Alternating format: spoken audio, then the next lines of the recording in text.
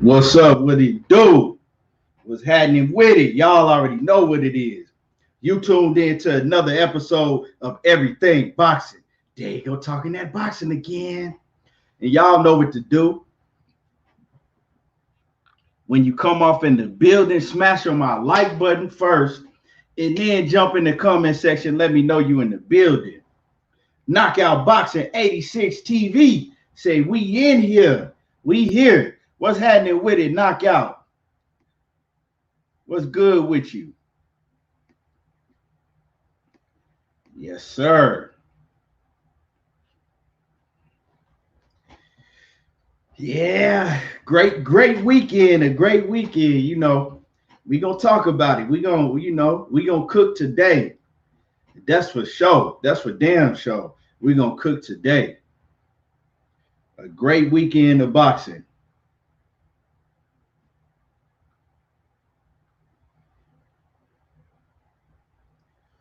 Trill music, what's happening with it?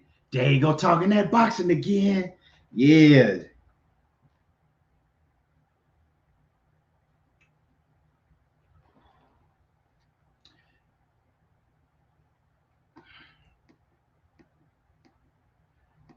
Yeah, it's man. Hell of a fight between Jermell Charlo and Bryan Castano. Hell of a fight. Everybody whining and complaining about a fucking robbery and all of that stuff, man. It was a hell of a fight. Hell of a fight. And I'm just glad that they gave us the fight that we was all looking for as fans. At the end of the day, we got to be glad that they gave us the fight that we was all looking for as fans. That's all you can ask for.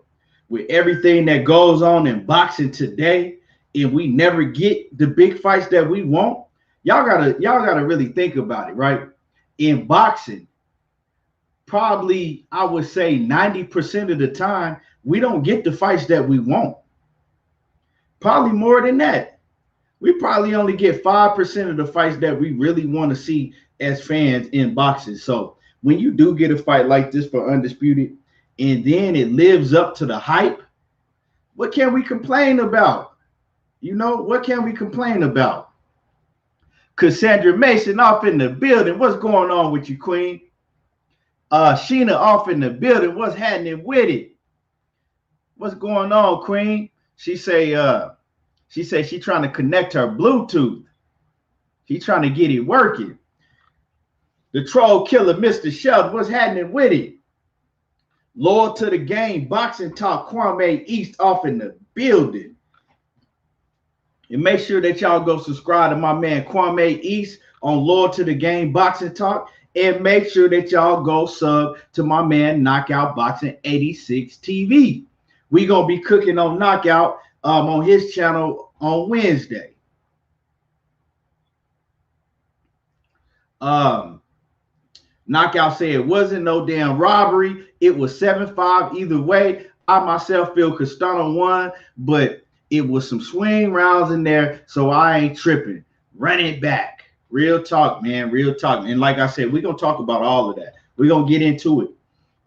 T-Rail713, what's happening with it? Anthony Maynard, what's good with it? Mike Rhyme in the building, what's happening with it? Mike Rhyme say, I think Jermell will fight the rematch like Floyd Mayweather did Marcos Maidana and make it easier for himself because Castano is going to fight him the same way. Well, we'll see, and we're going to talk about it, man. We're going to talk about it. Arturo Shotty, what's happening with it? Macadon 1 in the building, what's good with it? And when y'all come in the building, like I said, make sure that y'all smash on the like button. Make sure that y'all punch on that like button. Batman, what's happening with it? And if you want to cook, if you want to cook today, just let me know, Batman. Yes, sir. Yeah. So what we got going on this weekend? What we got going on this weekend? I think we got Joe Joyce and Carlos Takam. I ain't really too thrilled about that, but I think Joe Joyce is gonna go out there and do his thing, I think Joe Joyce, he gonna go out there and do his thing, man. I'm not too thrilled about that fight. Lord to the game, boxing talk. My man Kwame East off in that super chat. He says, very close fight, 7-5 or a drop. He says, run it back, and Bud would have folded from that left hook in the second round. Man, we're going to talk about that too. Because, you know, Bud Crawford, man, he got a lot to say. He had a lot to say, and he took the moment to clown Jermell Charlo. Jewels of Life, what's happening with it? Sheena says she finally got it working. Salute. Salute to you once again, Sheena. Glad you got that Bluetooth working. Yeah. And DP Rocker, what's happening with it? Salute. Yeah, so we're going to talk about it. We're going to see what it is, you know, what's going down. But let's talk about first. I want to start off talking about your boy Rolly. I want to talk about Rolly Romero. Man, Rolly, he fought a guy that hadn't been in the ring for over 2 years. You know, what's his name? Anthony Yiggett. Anthony Yiggett hadn't been in the ring for 2 years. I only had seen Anthony Yiggett fight one time, and that was when he fought Baranchek, and Baranchek ran straight through him and got him up out of there. So I was expecting Rolly to do the same thing, to get him up out of there. And my man, 50-0, TBE, TMT, Money Mayweather off in that super chat. What's good with you? He says, hit the like button. There you go, talking that boxing again. Best boxing channel on YouTube. Man, I appreciate the love and support. Man, I appreciate that love and support. Lord to the gang says, I want to cook with you. Give me an hour when I get off.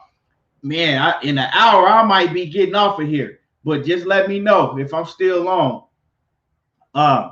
Yeah, and y'all hit that like button to get them likes up. Anthony Yiggett. Can you dig it? Macadam won. Hey, so he fought Anthony Yiggett. And I expected Rolly Romero to go in there and get Anthony Yiggett up out of there, right?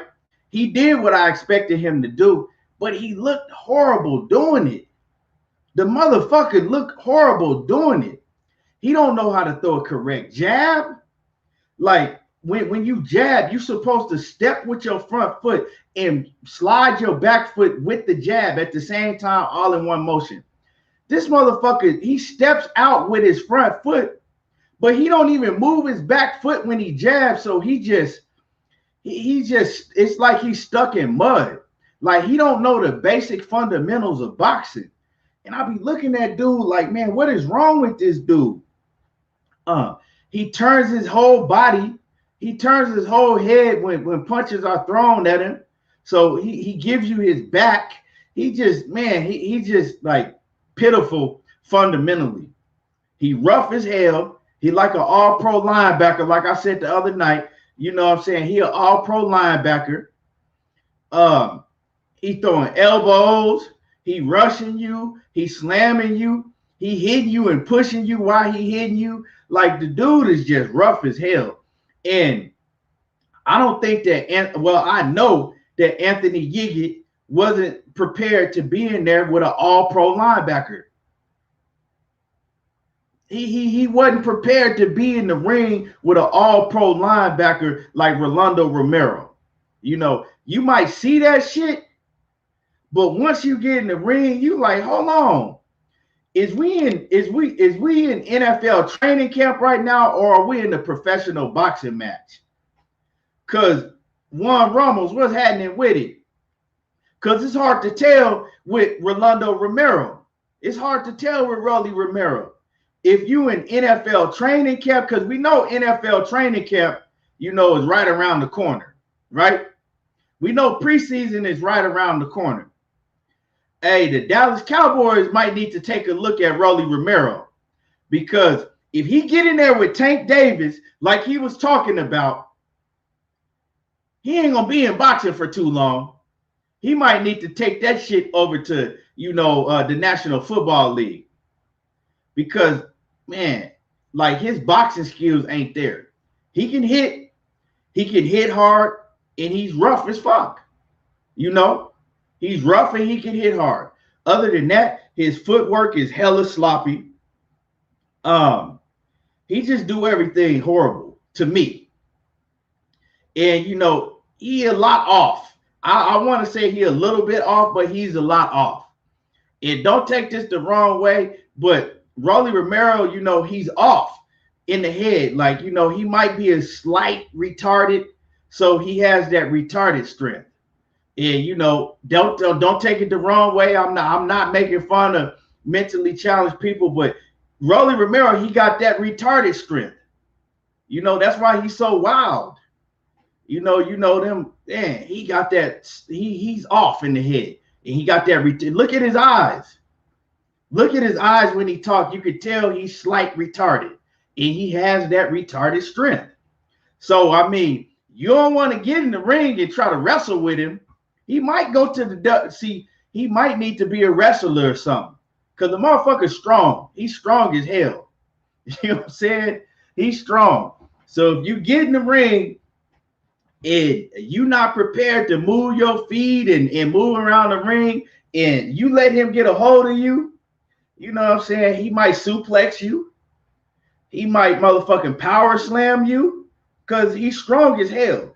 But as far as his boxing skills, yeah, they ain't there. And I can imagine, because he got power. He has power, but his technique is horrible. Now, I imagine if Rolly could fix his technique, which is I don't know if he ever going to be able to fix the technique, because I think he's been boxing since he was like 14, and he still looked like he just started 3 months ago. Motherfucker been boxing since he was a teenager and looked like he just started 3 months ago. You got to understand, he been in the ring, he been in the gym with some of the best fighters in the sport of boxing in the Mayweather gym. Doghouse rules. He done seen some of the best come through the Mayweather gym. And you mean to tell me this motherfucker still ain't learned the fundamentals of boxing? He still ain't learned the fundamentals. But he's strong as a bitch. He's strong as hell. Hey, dude is an all-pro linebacker in that bitch. Let me see. You know who Rolly remind me of? He fight like Nate Robinson do. Remember when Nate Robinson got hit for the first time and he forgot he was in the boxing match and he just tried to rush old boy with his head? That's Rolly, man. Rolly be turning his whole body when he get hit. That shit crazy. DW say, hey, man, why Bud always peeping from the bushes coming on somebody else fight and not fighting not no worthy opponents? Man, I'm going to get into that later. I'm going to get on, all of that, man. We're going to cook on all of that today. 50-0 TMT Mayweather say, Keon, he going to be in his feelings about this. And Rolly can't, man. He need to be in the gym learning the fundamentals of boxing. Hey, Cassandra Queen, she say he can join the WWE and become Uso. Man, hey, for real. He'll be a hell of a, but see, he too rough. You know what I'm saying? He too rough to be, because they'll come up with the game plan, how to take bumps, and he be the motherfucker in the WWE ring really hurting people and shit. Because he's slight retarded, so he don't know, you know what I'm saying? He don't know his strength. He be in there hurting people for real. DP Rocker said he Mayorga remixed. Mayorga had a lot more skills than Rolly, as bad as that may sound. Hey, I got you, Batman. Let me drop you this link, Batman. Yeah, man, Rolly, I was looking at that shit like, bro, you look bad as hell in the ring. And it's crazy because, like I said, the guy that he was fighting, Anthony Yiggett, you dig it? He had much better skills than Rolly, but you could tell he just wasn't prepared to be in there with an all-pro linebacker. Plus, he had been out of the ring for 2 years. Plus, he didn't make weight. You know what I'm saying? So 2 years with rust and you didn't make weight and all of that. Like, he wouldn't prepare for that rough house shit. But when he was boxing Rolly, he made him look like shit. He was making him look bad. What's happening with it, Batman? Key, what's up, Key? What's up, man? What you think about your boy Rolly, man? Bro, he looking like some trash. Hey, man, he just,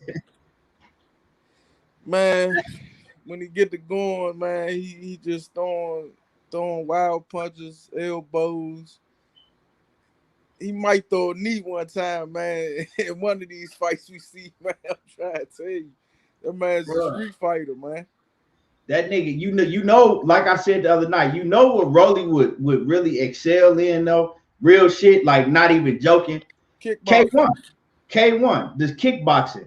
If he learn how to kick and all of that, he would excel in K1 because all that rough shit, they do that in K1.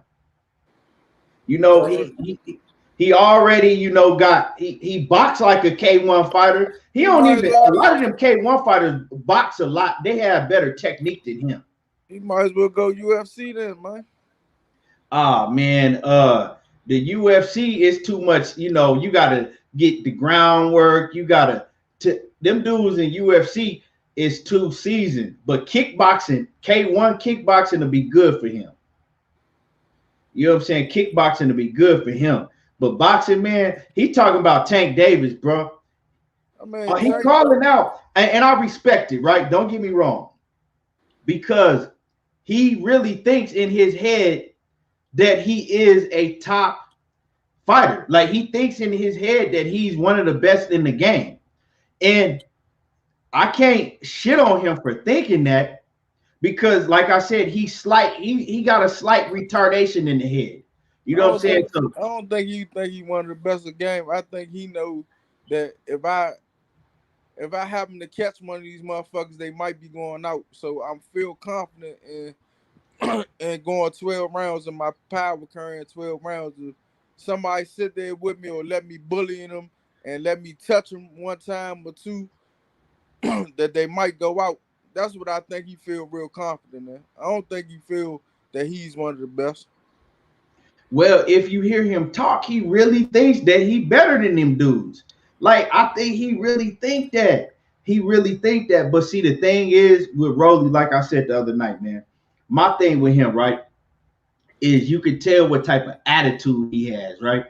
Because you could tell he been boxing since he's 14 or 15 or something like that, right? Been in the gym with some of the greats. He's Team Mayweather. And he still don't know the basic fundamentals of boxing. And you could tell by his attitude and when he talks that he has that attitude to where you can't tell me shit. I already know everything. You know what I'm saying? You can't tell me shit. And with that, that's the same attitude that's going to eventually get him in the ring, right? If Floyd Mayweather and Leonard Ellerbe get tired of him and just like, man, fuck it. We know he's not going to really continue to learn. We just going to go ahead and put him in the ring with one of these dudes that he calling out, right? It's going to really, that's the attitude that's going to get him fucked up. Because when you listen to him talk, he comes off with the character to me that shit, I already know everything. Can't nobody tell me shit. You know what I'm saying? You trying to teach him shit and he, in his head, he's looking at you, but he ain't really paying attention to you. He like, shit, I already know how to do that. I'm good. I saw one of his interviews. He bank off, he bigger than everybody. He bigger and stronger. That's what he bank off. Hey, Coach D, what's happening with it? Victor, what's happening with it? Yeah, he would be good in bare knuckle. Bare knuckle, that's another one. Yeah, he do try to bank off of that, right? Because every time you see him in the ring, he tries to impose his physical will, but he can't. That shit, right? The opponents that you see him in the ring with now, yeah, that might be working with D-level opponents, but soon as they put you in there with somebody that can box, and they already did. They put him in there with a C- level opponent, Jackson Mariñez. And he made Rolly look like a fucking amateur. Not even an amateur, because there's plenty of amateurs that got way better skills than him. He made Rolly look like a barroom brawler. Yeah, novice fighter. Say a novice fighter. He made it look like. Yeah, like a brawler, like one of them dudes that you get in a bar fight with. They can't fight, but they, you know what I'm saying, you beating the shit out of them. They bloody and shit, and they still coming. They windmilling and all type of shit, right? Like a barroom brawler. That mentality that he has, and I don't want to fault him for having confidence in himself, but like I said, he just comes off to me as I already know it all, so you can't teach me nothing. But you know, because inspiring some of these guys, he beating some of these good guys, inspiring and everything. Because inspiring, you can be dirty as you want to be. Yeah, you could do that. You can do the shit he be trying to do in the ring with smaller gloves with a headgear on. But when it comes to like smaller gloves and no headgear, he really look like some garbage. Inspiring and shit, he probably look a little decent, so that's why I think who he is. Right. And you know who he remind me of, Batman? He remind me of that nigga on the basketball court. They can't play. He uncoordinated. You know what I'm saying? But he run up and down he got a gang of hustle in him. You know what I'm saying? He'll never get tired. Every time he guards you, you know he gonna foul the shit out of you. You know what I'm saying? Scratch you on your arm. The nigga you want on your team. Yeah, that nigga just gonna foul the fuck out of you. So people don't want to play against him. You know what I'm saying? You don't want him to guard you because he gonna foul you. He gonna foul you hard, and you might end up throwing the ball in his face and getting into it with him. You know what I'm saying? That's Rolly. Yeah, you might end up. They got no coordination, no skills. He just fouled the shit out of you. Yeah, and he got a gas tank because. By the way that he fights, right? One thing I can say about Rolly, he be in some fucking shape, dog. Because by the way that he fight, you would think that he would get tired eventually. And he don't be tired. He don't even really be breathing hard. You know what I'm saying? He don't be breathing hard neither. And so he be in good shape. He gotta train like that. He know he gotta train like that. Yeah. You know what? But let me get through some of these comments real quick, and then I'm Coach D, what's happening with it off in the building?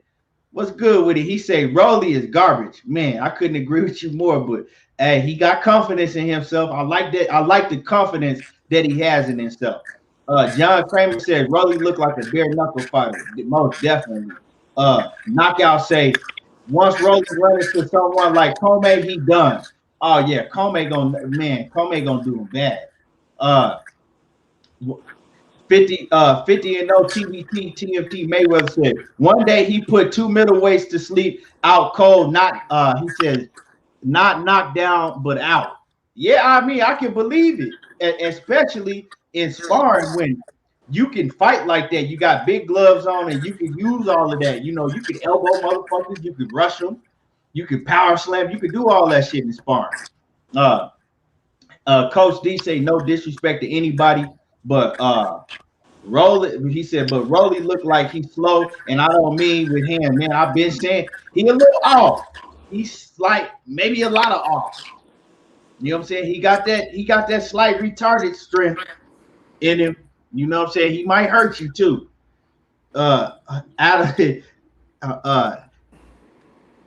Addo 7B1, he says, I like Rolly. He a character. I see the skills underneath there. Ain't ready for Tank, though. I don't see them skills, man. I see power. I see relentlessness. I see strength. I see that he has confidence. You know what I'm saying? And the thing that I like about Rolly the most is his confidence. But like I said, he might be overconfident to where he can't continue to learn. But at least he want all the smoke, though. Yeah, he do want all the smoke. And a lot of people say, oh, he just clout chaser. I really think that he wants all the smoke. He really think that he can beat these dudes. Now, one fighter that I think is a lot better than him all around the board, but I think that he'll give issues with, I think he'll give Ryan Garcia a lot of problems. Because Rolly against Ryan Garcia is a terrible style matchup for Ryan Garcia, right? Because Ryan Garcia is a finesse fighter. He don't like for you to, you know what I'm saying, to tussle with him. Ryan Garcia, he don't want to tussle with you. He want to stay on the outside and be able to, catch you on the outside. Like once you start rushing Ryan Garcia, like he like a kid, you know what I'm saying? He like a grown man handling a kid. Ryan Garcia, he don't got that strength. He don't got that. He can hit hard. You know what I'm saying? He got speed and all of that. But if Roby get in there with Ryan Garcia, he's gonna cause Ryan Garcia a lot of problems with that rough shit that he do. Now, somebody that has good footwork or that has, okay footwork, like Tank Davis is gonna fuck him up. Tank Davis will fuck him up. Vasil Lomachenko, even Richard Coleman fuck him up. All of them dudes. We could go on and on. Devin Haney will make him look like a fucking. Devin Haney will make him look like he just walked in the gym that same day and started boxing. You know what I'm saying? So even my man Batman, his brother Gary Russell, even though Gary Russell is a lot smaller than Rolly, Gary Russell will make him look like he just stepped in the gym that same night. Like anybody that can box and got boxing skills and footwork, they gonna make him look horrible. Like even more horrible than you seen him the other night. Who would you like to see Rolly in the ring with next, Batman? Man, he want Tank, man. Go ahead and get him Tank before they can get him out the way, man. Man, I don't want to see that shit, bro. I don't want to see Tank. I don't want to see Tank in there with another opponent that's not a top A class level fighter. I don't want to see that shit. I mean, on the PBC side, who else they gonna put him in the ring with? If they don't put him in the ring with Gary Russell Jr., if they don't put him in the ring with who on the PBC side? He said he only making house Mikey Garcia. I mean, he did with the PBC. Who else? Who else is an A-class fighter on the PBC side? I don't know, but I'm gonna answer my dude Phil J508. He says Money did say Tank fighting his own stable, but then they turned around and started calling out JoJo Diaz, which is not in a stable, and they also turned around and called out Ryan Garcia, which is not in their stable. So you could void that statement. That statement that they made, I'm gonna just go ahead and void that shit. Yeah, he contradicted himself. Yeah, he contradicted himself and didn't even wait a whole week to do it.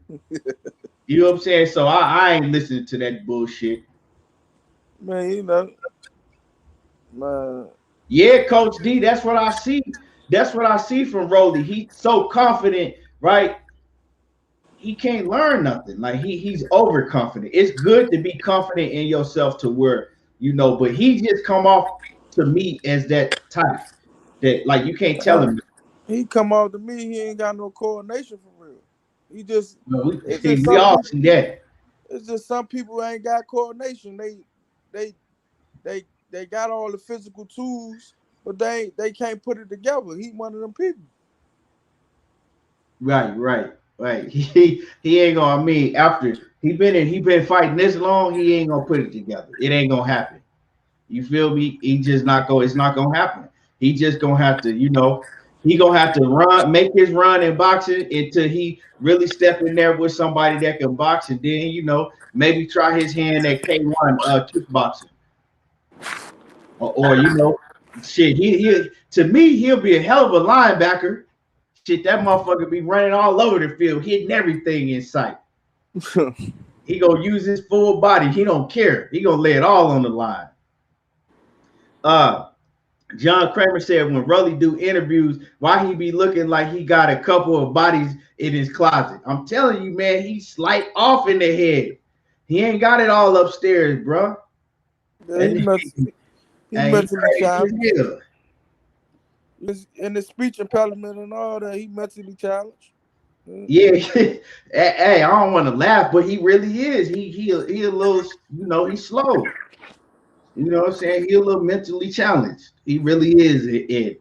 You know, it's funny, but then I really be serious when I be saying that shit. And them dudes, man, they got that strength, man. They don't even know they own strength. Knockout Boxer 86 TV says, Key, that man fight at 135. His ass will get drugged out on the football field. Man, he big as hell though, man. He could walk around at 185, man. He gonna be one of them dudes like Bill Bates. Hey, knockout. He gonna be one of them dudes like Bill Bates. You know what I'm saying? He ain't got no skill, but he gonna be all over the field. He gonna be laying hat on people. For real, he gonna be laying cats out on that field. Oh shit, man! But I would like to see him in there with somebody like Richard Comey. Put him in there with somebody like Richard Comey. You know what I'm saying? A JoJo Diaz will be a good fight for him. Because he not gonna be able to bully JoJo Diaz like that. JoJo Diaz like that type of shit. He gonna tussle with you on the inside. You feel me? What's good with it? Pac-Man, ATL. What's happening with it? Tay Jones. Make sure that y'all go sub to my man Tay Jones. Pac-Man, ATL. Pac-Man say Gary Antoine can make the weight still too. Man, Gary Antoine will make that dude look like he just started boxing yesterday. I want to see Gary Antoine in there with Tank or somebody like that, but realistically, we know that ain't gonna happen. I would love to see Gary Antoine in there. Who I like to see Gary Antoine in there with at one? I want to see Gary Antoine in there with Mario Barrios.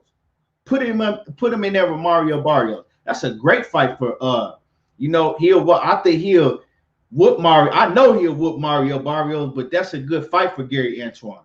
What you think about that, Batman? I want to say him with the top level fighters at 140. But we gotta be realistic, right? We gotta be right now. They not gonna put him in there with them other dude. Mario Barrios is a good fight. That's a good solid fight for right now in his career. No, he just got stopped. Why would I want my brother in there with somebody that just got stopped? I want him. Well, who else realistically would you see them put him in the ring with? He can get put in the ring with all them guys, the Taylors, the top level fighters. But man, Batman, you gotta understand what I'm saying. I'm saying realistically, you know that Josh Taylor and Ramirez, they not finna put him in the ring. Got 3 more fights than my brother. This is what I'm saying. It's realistically, if they at 14 fights, Josh Taylor got the opportunity to get all the big name fighters. Why Gary Antoine Russell was Olympian? He got 14 fights. Josh Taylor in his 14th fight, he got the belt. He got a chance to get a belt. But they not finna put him in the ring with they not finna put Josh Taylor in the ring with Gary Antoine Russell right now. They not finna do that. Nah, they ain't finna do that, but I'm just saying he does deserve that type of opportunity. He deserved the opportunity, but we talking about realistically, right? If somebody that you would say, okay, yeah, they would put him in the ring. Regis, who else? Regis to take that smoke. If Bob would let Jose Ramirez, that ain't gonna happen. That wouldn't happen. That ain't gonna happen. But I mean, my man Pac-Man say Robert Easter. Hey, that's a good fight. You know what I'm saying? That's a good fight. I like Robert Easter a lot. That's my dude, but I see Gary Antoine doing them bad. I see Gary doing them bad, man.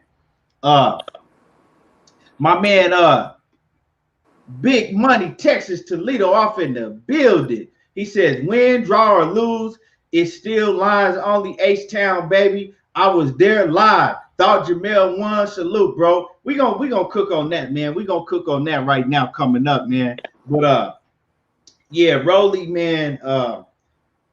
I'm looking forward to see what he gonna do. I'm looking for because he is a character, dog. He is a character. At the end of the day, Rolly, he's a character. He exciting to watch just because he's so wild in the ring, and he gonna keep coming, and he not gonna stop coming. So let's see what he gonna do, dog. Let's see what he gonna do. But man, let's talk about this fight Saturday night, man. Let's talk about the main event, man, because I keep hearing people crying about it was a robbery, and Castano should have won, and all of this, right?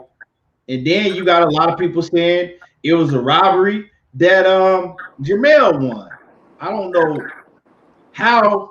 Either way, anybody's talking about a robbery. First of all, people need to understand what a robbery is before we get to yelling this robbery shit, right? A robbery is Andre Durrell versus Carl Froch. When a motherfucker win 10, 11 rounds, 10 rounds to 2,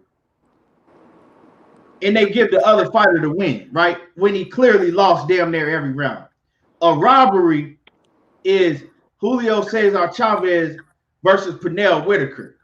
When Chavez only won 1 round or 2 rounds at most, 2 rounds. I gave him 2 rounds, right? And you call the fight a draw. That's a robbery. This fight that we saw, Juan Ramos, Manny Pacquiao versus Tim Bradley, number 1. That's a robbery. This fight that we saw on Saturday night, that is not a robbery. That is a very close fight. And a lot of people saying it could have went either way. I don't think it could have went either way. I think the only way that it should have been is a draw or to Castano. And the reason I say that, right, before the fight, I picked Castano to win.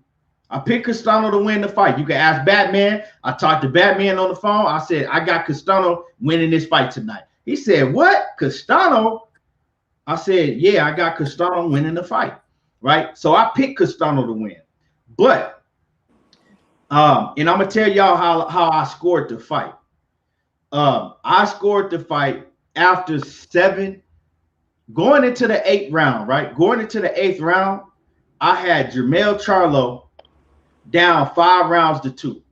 I had Jermell Charlo only winning, right? I had Jermell Charlo only winning the 2nd round, and I think I had him winning round number 5, right? I think it's the 2nd and round number 5. Going into the 8th round, I had him down 5 rounds to 2, right?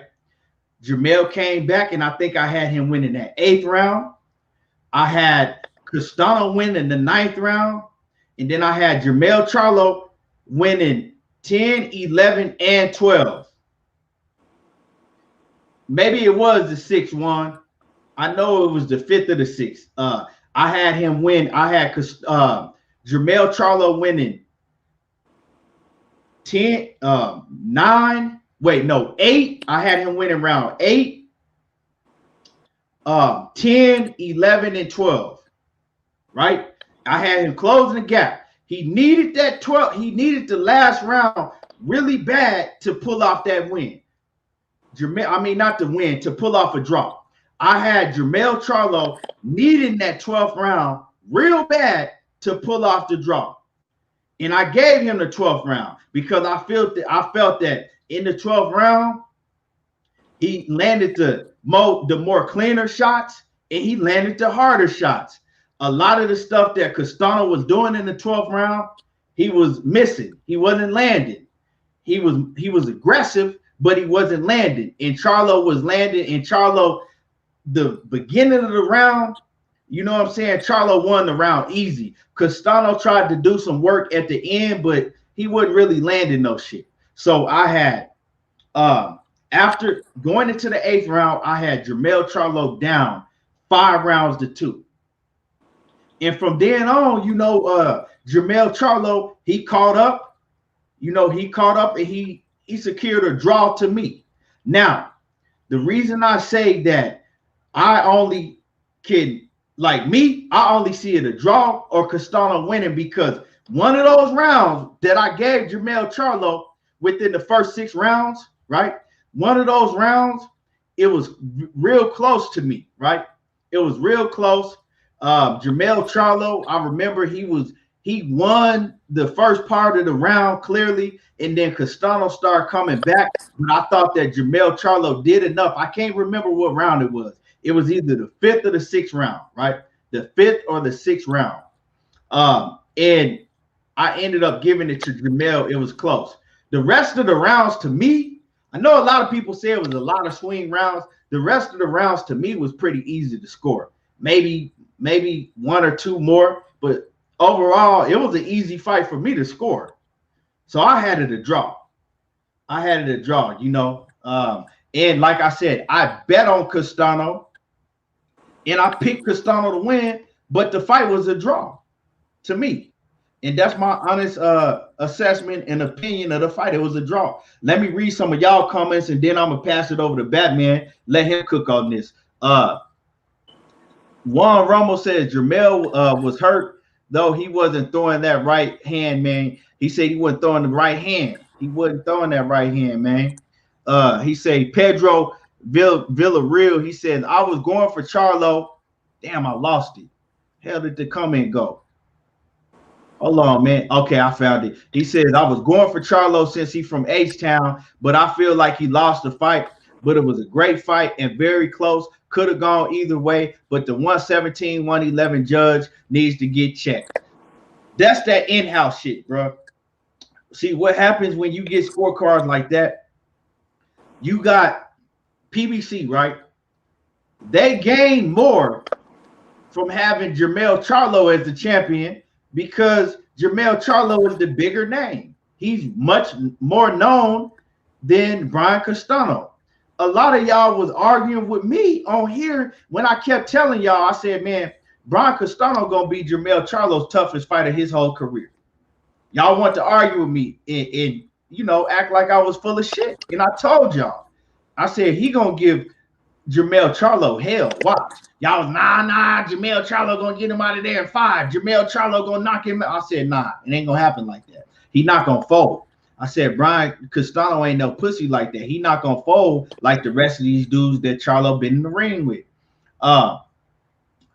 DP Rocker said, no robbery. They underestimated Castano big time. What I tell y'all though, my man Pac-Man says, that's true, you did. Yep. I talked to Pac-Man and I told him I was picking Castano. My man Tate, Knockout Boxer says GGG having a Canelo win. He says GGG having a Canelo win the fight 120-108 on the judge's scorecard in the first Canelo fight is a robbery. I thought the first fight between Canelo and GGG, I thought that I watched that fight like 6-7 times. And at first I thought Triple G won, and then when I went back and watched it all those times, I scored it the same exact way each time, and I had it a draw. I had that fight a draw. But that 120-108 scorecard was ridiculous. That shit was horrible. Let me see. Let me see what else we got. What else I missed? My man Matthew Valentine in the building. He says, I think it was set up to prepare a bigger pay-per-view. Nah, man, you got to understand, when you got an A-side fighter that's a lot more popular than the next fighter, you always going to have one judge in the bag. It's like that. Boxing is corrupt like that. It's always going to be one judge in the bag. That's something that they didn't holler that to the side, and you know, this is what you're gonna do, and this is what it's gonna be. Where can you buy the hats, man?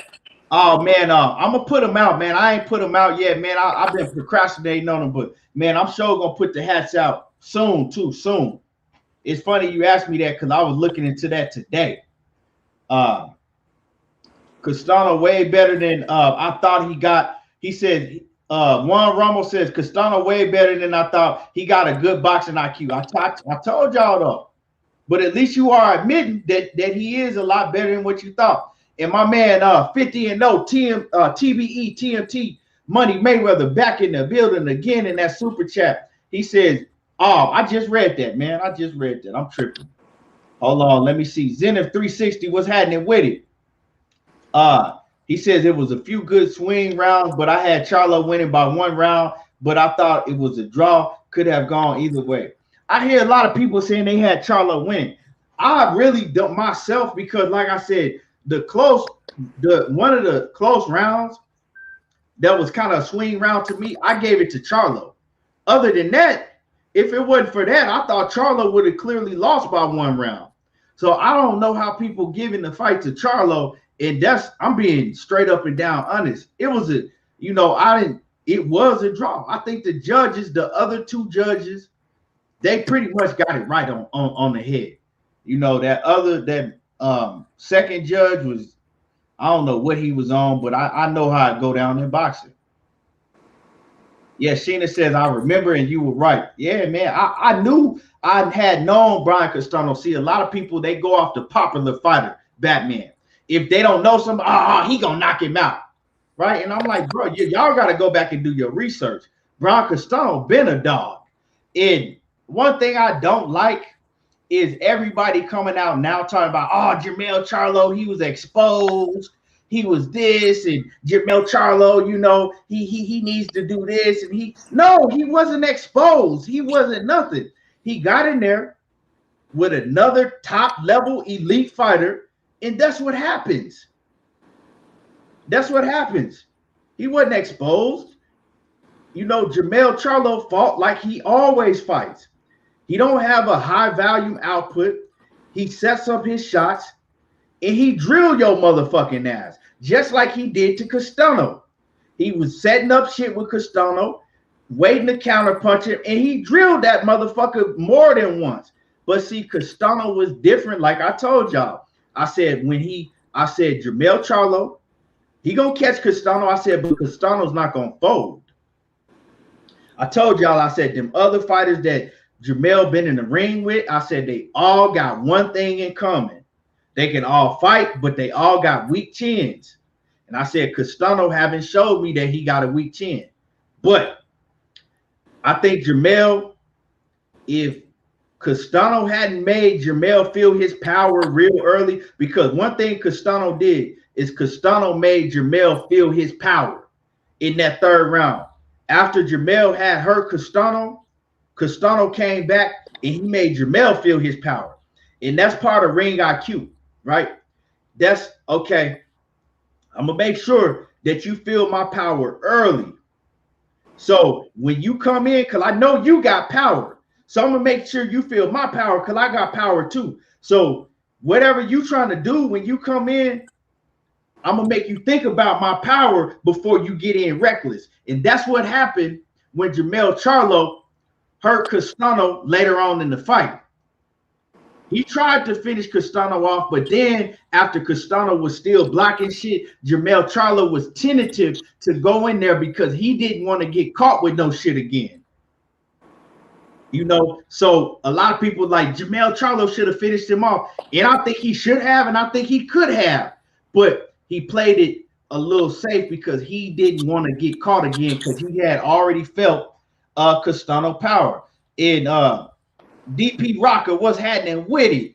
He said, you called it. Yeah, man. Because I had studied both fighters, Appreciate you in that super chat, man. Once again, DP Rocker. And my man Zenith 360 off in that super chat. He says, Castano missed a ton of shots and bounced off male gloves that people got excited about. He also threw much less than normal. Charlo didn't commit to the body or throw uppercuts, neither one convincingly. I don't think that Castano won. I think it was a draw. So yeah, you're right. Neither one won convincingly.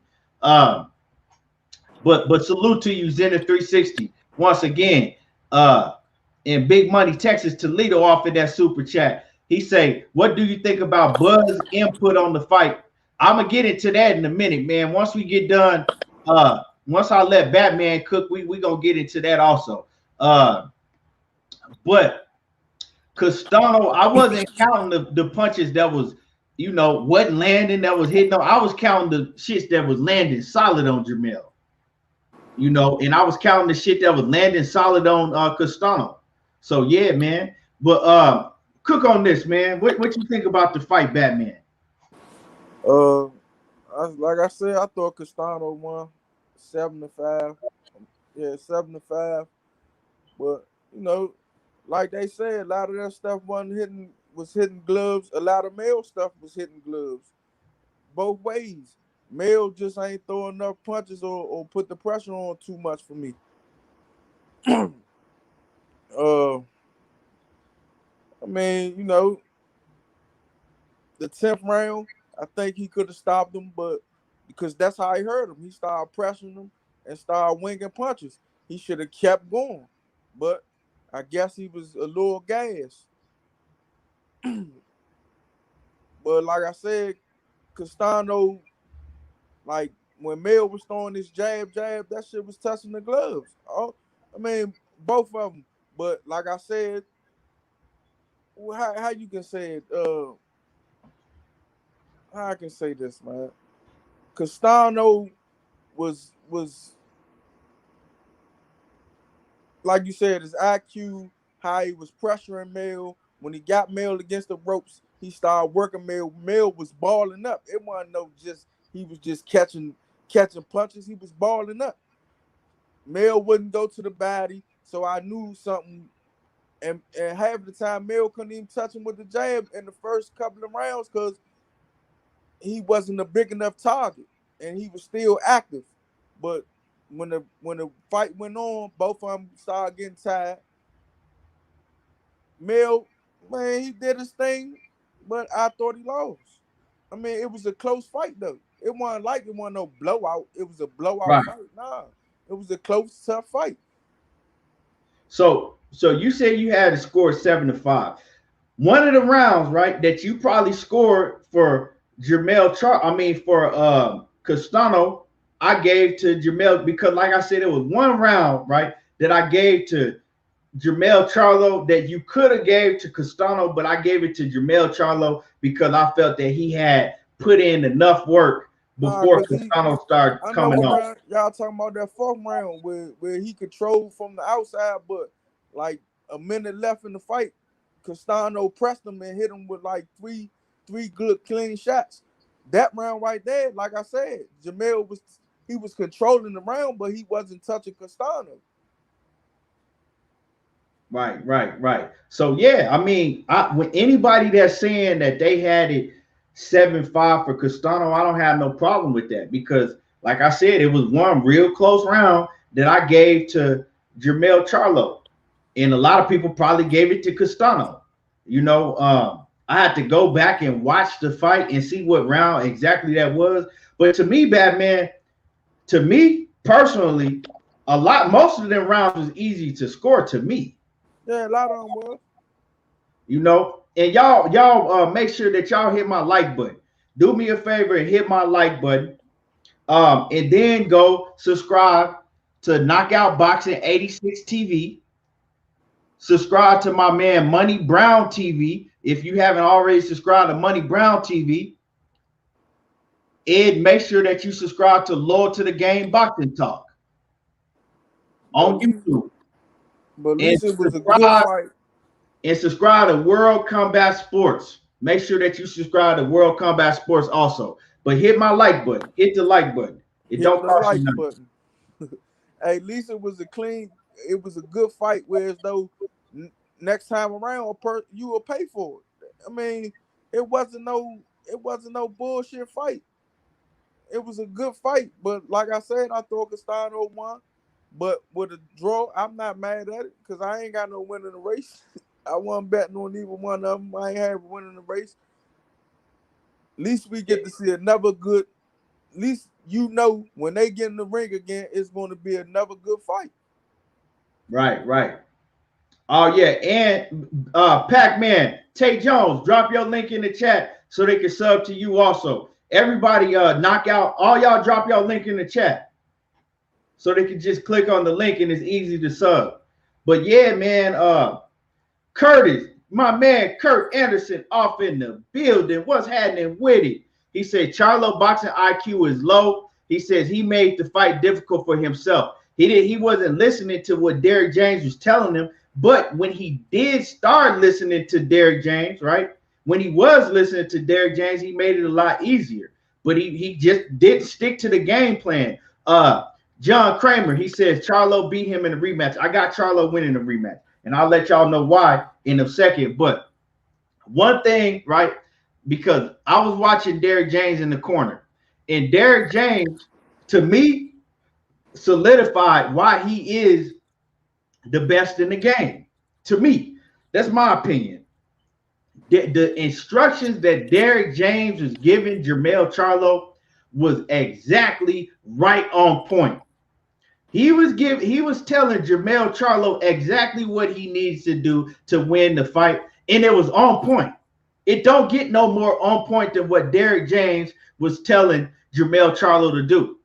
And you can see when Jermell Charlo did it, he was very successful, but he couldn't stick to it because, like I told y'all, before the fight happened, I said Jermell Charlo has a problem with pressure fighters.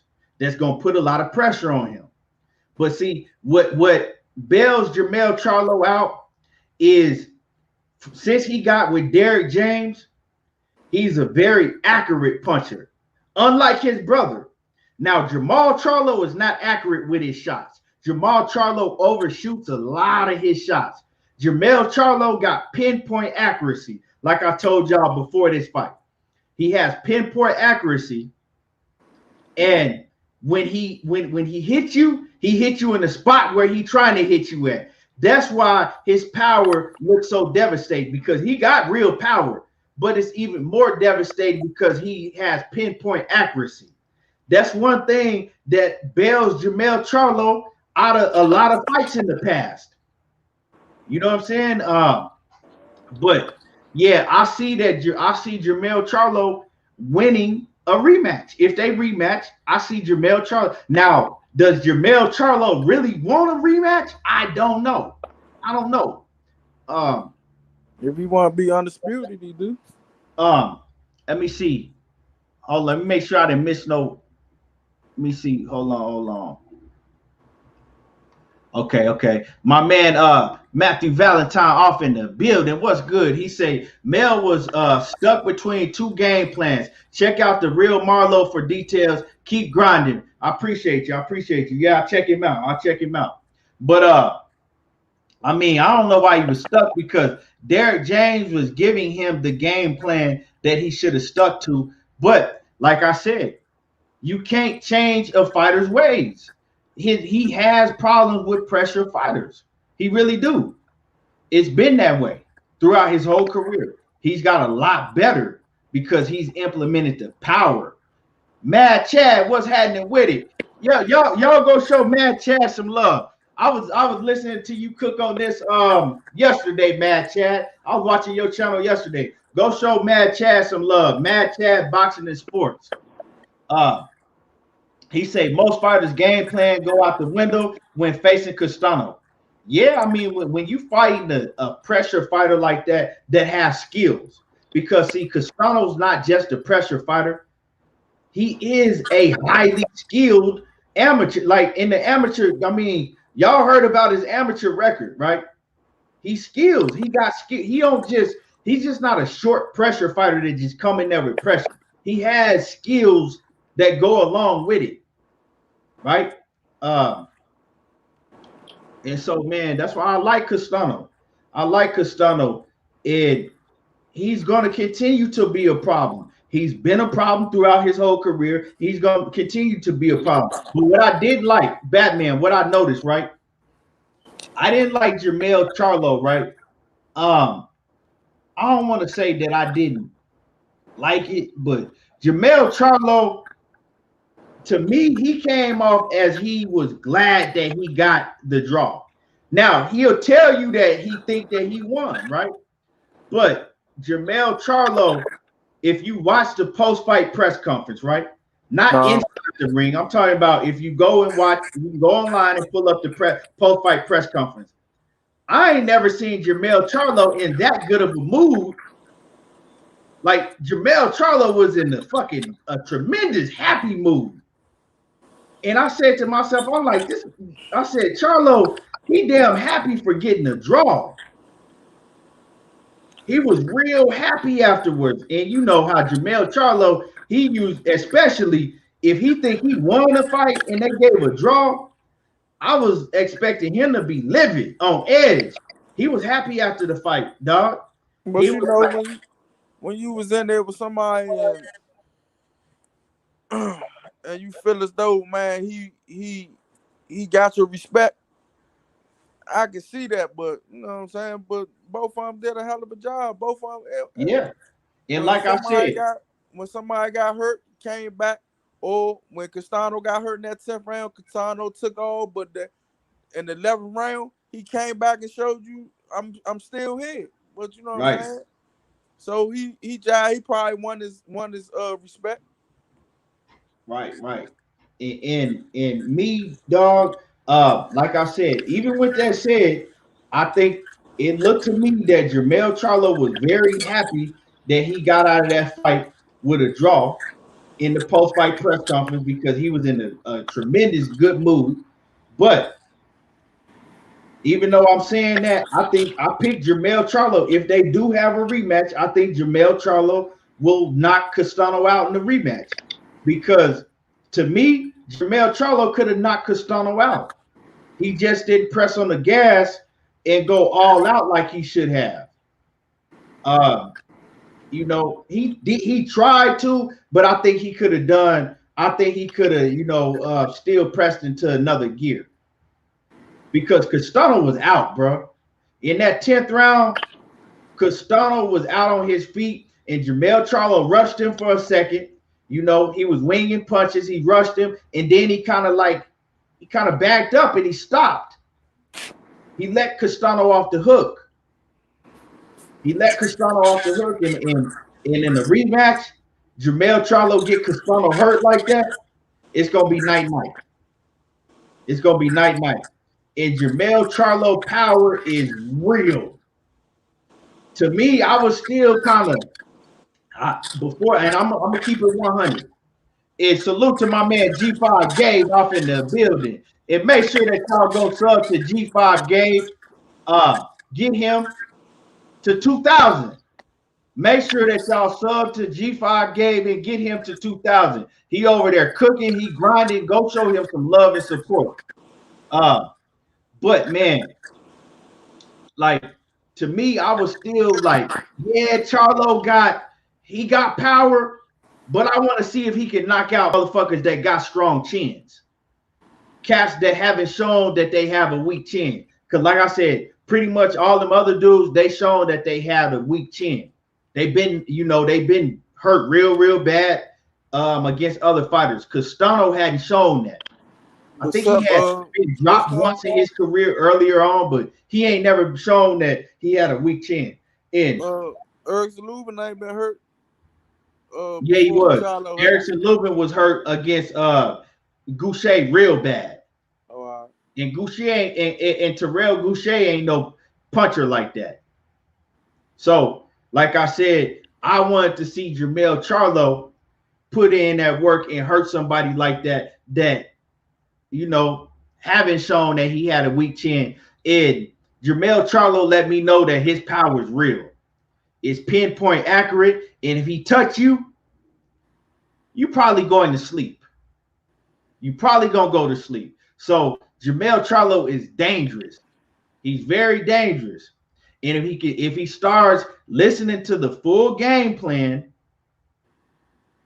man, I'm telling you, dude is scary. But one thing about Jermell Charlo that helped him in this fight, I'm gonna tell y'all what helped Jermell Charlo in this fight, and it wasn't nothing that Jermell Charlo did.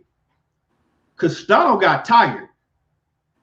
Bryan Castano got tired, and Jermell Charlo's conditioning helped him in this fight because Bryan Castano, he got tired around, what was it, like the 6th round? It wasn't late in the fight. Bryan Castano's corner was telling him, look, we know you tired. Yeah, you tired, but he tired too. Nah, he wasn't tired. You were tired. Jermell Charlo, he don't get tired.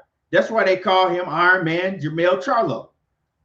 He not getting tired. But Castano got tired and he slowed down. And that's what hurt him. When Castano got tired, he slowed down and Jermell Charlo started picking it up. And that's when Jermell Charlo started, banking in a lot of the later rounds because Castano, he slowed down and he got tired. If Castano would have never got tired, we might be sitting here talking about a new undisputed champion, and his name will be Castano, Bryan Castano. We might not even be having this same conversation right now if he hadn't got tired, but he got tired and he slowed down and he had to start trying to pace himself. So he was letting Jermell Charlo get off and do things that Jermell Charlo wasn't able to do earlier on in the fight. So that's one thing I did see. And my man Zenith 360 in the building once again in that super chat. He says, I agree. I favor Charlo in a rematch by KO. Castano game plan was as perfect as it gets. Charlo was listening to coach. He wasn't listening to coach James and did well. He says, never seen Castano that hurt. Charlo issue is low value. But he's not gonna change that. You know what I'm saying? When you are a fighter that don't have a high value, he's not gonna change that. That's the way he fight. But like I said, he's pinpoint accurate. There you go. There, my man, World Combat Sports off in the building. What's happening with it? And once again, like I told y'all earlier, make sure that y'all go sub to World Combat Sports. And my man G5 Gabe, he put his link in there. Make sure that you go sub to G5 Gabe. Yeah, also Rosario. What's up, Scotty? Yep, like Scotty said, also Rosario hurt Lubin. All of them dudes didn't hurt Lubin.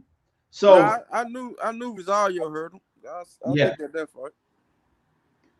Zenith 360 off in that super chat once again. He say Lubin never had chin issues into Charlo.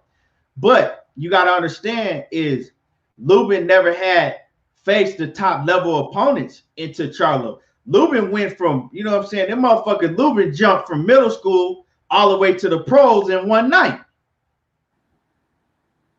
You know what I'm saying? He went from JV basketball to the pros in one night.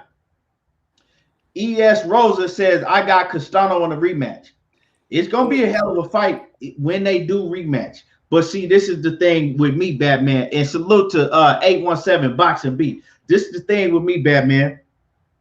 In the rematch, if Castano, because I watched the post fight and Castano, he thanked his strength and conditioning coach because he said his conditioning was better than it ever had been. That's why he was able to survive Jermell Charlo's punching power, right? That's why he was able to recover, he said, because of his strength and conditioning. But if Castano is going to want to go into a rematch and think that he could beat Jermell Charlo, his strength and conditioning going to have to be on another level than what it was, because he's not going to be able to get tired and think that he can survive again because he got tired. That was the biggest thing that happened in the fight to me is Castano got tired. But I think one of the reasons where he got tired is because of Jermell Charlo pinpoint accuracy. Jermell Charlo, when he was going to the body, he was landing some vicious body shots on Castano and some of them temple shots. You know what I'm saying? You know them temple shots, they take a toll on you when you getting hit in the temple like that. So what you think about that? I think he need to throw more uppercuts, man. He need to set his uppercut up a little bit better. And Charlo or Castano? Charlo. And he need to go to the body early. Even if you keeping them at the distance, jabbing, throwing the right hand to the body. Stop throwing the right hand upstairs, throw it to the body. Because I think if he'd have got him with some body shots early, he would never survive that 10th round. Right. And even when Castano was pressing him, if he would have threw the uppercut some of them times because he was squatting right in front of him, I'm like, man, throw the uppercut. But, he ain't feel comfortable doing it. So, Man, it's a lot of areas, man, that he can work on if they do a second fight. Well, it was like my man Kurt. You know what I'm saying? Kurt said, Yeah, like Kurt IQ. said, he says that Kurt says that his IQ is not that high, right? So you saying that it was things right there that he could have took advantage of, right? Yeah. But he didn't, because maybe Kurt is right. His IQ is not that high, and he didn't understand, right, what to do when that pressure was in his face, when that pressure was down his throat like that. He couldn't think. You see, this is things that are small, that we look at as small things, but they actually big things in the fight. But IQ. I mean, that's something people work on in the gym. When somebody, man, this goes for any boxer that's listening. If you have somebody pressing you against the ropes and they squatting, the duck your punches, you got to start coming underneath. So, you know. Right. His IQ, you know, and that's IQ is something that you're not going to gain. You're not going to gain a high boxing IQ this late in his career. So when they do fight again, if Castano is in better shape, because he was in good shape, but if he's in the type of shape to where he could go back to the Castano with the high output, it's going to be a very tough fight once again. But Castano, he going to have in the back of his head too, this motherfucker can punch. So a lot of people talking about, oh, well, Castano didn't throw a lot of punches. It was because he felt Jermell Charlo power early on. It's different levels. Yeah, he might throw a million punches in there when he in there against a Lara or a Patrick Teixeira that can't punch. But when you in there with a motherfucking 1986 Mike Tyson, you ain't going to throw as many punches as you usually would. And that's just what it is, you know. But, man, we need to see a rematch. We need to see the rematch. We need to have it. They need to make it happen. You know, I know Jermell Charlo said that he would like it, but I think, what did he say in the press conference? They asked him about a rematch, and he was like, yeah, you know, but I don't know when. You should have been, if you thought, right, that the fight, if you thought you won the fight, Jermell Charlo, right off the rip, you should have been like, I want a rematch next, immediately, because Bryan Castano, he didn't shy from it at all. He was like, I want a rematch immediately. I thought I won the fight. I want a rematch immediately. So I don't know, man. I know that the sanctioning bodies is going to come into play, because I know the sanctioning bodies. See, the thing is the sanctioning bodies, they don't want undisputed. They really don't, because they don't want one fighter holding all the belts, because especially now, these fighters, they only fight once and twice a year. So when one fighter is holding all the belts, they're not able to host events like they want to. But when the belts are split up, then you got one fighter, you know what I'm saying, he can fight on this card and y'all involved. You got another fighter that's fighting. So they don't want undisputed. So the problem we're going to have getting this immediate rematch is, and listen to what I'm saying, you're going to hear mandatories pop up. Well, Jermell Charlo, he got a mandatory for this belt and that belt. Bryan Castano, he ain't fought a mandatory. He got a mandatory. So that's the problem that we're going to have. The sanctioning body's going to come in with these mandatories. So it shouldn't be, because the unification trumps the mandatory. Right. But we know how the shit go. We know how the shit go, man. So, you know, and also, does Jermell Charlo want an immediate rematch? Because he could have easily said, look, let's run it back next. But he said, I don't know. He said, you know, I like a rematch, but I don't know when. And one thing, right? I'm telling y'all, we all say mandatories trump, you know, unifications trump mandatories. That's how it's supposed to be. No, it's on the paper. I mean, it's on the yeah, rule book. but like I said, it don't go down like that, and both fighters got to be begging for it. Because all you got to hear is Jermell Charlo say, you know what, I'll fight him. I'm going to go ahead and defend my title against such and such because I'm going to get my mandatory out the way. All you got to hear. That's all you got to hear. And then we on with some whole other shit. You know, the fight, anything can happen. That's why they need to run it back. If they can, they need to run it back immediately because we know how boxing get down. We know how boxing work, and we know what happens in boxing when you lollygag on getting shit done. The fight is worth a run back and it's a pay-per-view fight. So y'all better capitalize on this money. Right. 817 Boxing Beat, what's happening with it? He says the Lubin we saw against Rosario beats Castano we saw. Mel didn't do boxing body work or vary the power on the shots. He said, or what he says, he didn't do body work or vary the power on his shots and set traps. Salute, Batman. Yeah, man. The Lubin y'all saw would have got stopped by Castano. Yeah, that's what I was just finna say that shit, Batman. Lubin chin, right? You can't make him grow a chin. To me, Lubin is more skillful than all of them dudes, but he ain't got no chin. Castano would have stopped him. Well, it's not guaranteed Castano would have stopped him. Let me take that back. That fight will end up in a knockout. Yes, because the way Lubin got hurt by Rosario. Come on, and he got hurt by Jay. And Terrell Goucher.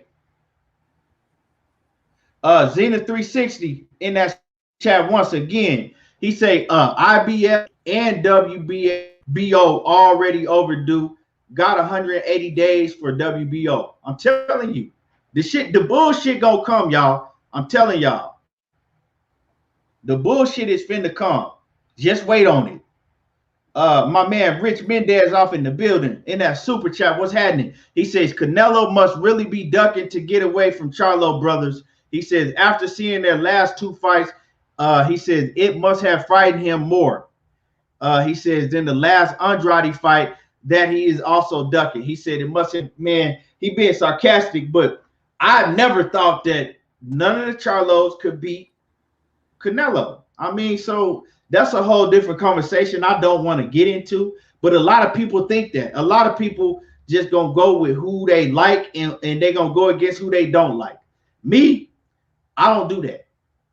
I don't do that. I'm gonna go with what I think when I study the fights, and I've never ever thought that neither Charlo could beat Canelo Alvarez. Now, was Canelo moving around Jermell Charlo and not wanting to fight him for whatever reason it was? Yeah, he was. But I never thought that, neither one of them could beat Canelo. It's levels to this shit, and, Jermell Charlo is not on Canelo Alvarez's level. Now, as far as Jermell, I'm not even gonna put Jermell in that conversation because Jermell is at 154, and they're not in the same weight class. They're not and Jermell Charlo was. I don't even know if when they was at 154, who was the mandatory at 154 for Canelo? Was it Jermell or Jermell? I think it was Jermell. Jermell was promised to fight with Canelo. Yeah. I did hear that he was promised to fight with Canelo. But at that point in time, Canelo, I don't ever see Jermell or Jermall beating Canelo. I just don't. But it would have been a much tougher fight for Canelo back then at 154. It would have been a much tougher fight for him because Canelo has gotten a lot better. He's continued to. See, that's what y'all don't understand about Canelo. I can't say that, man. I can't say he got a lot better. Gym rat. He got a lot better. He's always in the gym. He don't take no days off, and he steady gets better. But I mean, I want to get into that. He haven't been in there with somebody you can say, damn, he got way much better than what we saw against Lara, than what we saw against Mayweather. He never been in there with nobody with that type of that level. So Kwame says, he says Castano would beat Lubin. Facts. Man, I ain't finna get on the Canelo shit, but Sheena say, Keon, will Bud be able to move up and fight Castano? Then the winner fights Mel since Bud got so much to say. And let's start cooking on that, right? So, excuse me. Let me make sure I didn't miss anything. Okay, let me get my man super chat. My man 817 Boxing B in that super chat. Once again, he says, watch Bud move up and beat Castano and hold 154 hostage and duck arrow at the same time. Styles make fights, and I think Lubin outpoints Castano, in my opinion. That's a hell of a fight. I'm not finna argue with y'all, either way. That is a hell of a fight. If Lubin Chin can hold up, he can beat Castano, definitely. That's an if, though. But and then my man Zenith in that super chat, he says, yeah, the Charlos got anything on Rocky Fielding. Hey, y'all crazy as hell. That dude, Rocky Fielding, was trash. Man, but so let me say this, right? So Bud Crawford, right? We ain't seen him fight. We haven't seen Bud Crawford fight. And then when we did see him fight, he fought a washed up, because he was washed up, Kell Brook that hadn't fought in the weight division in like 4 years. They hadn't fought. He made Kell Brook come down to 154 pounds when Kell Brook hadn't fought at that weight division in 4 years, right?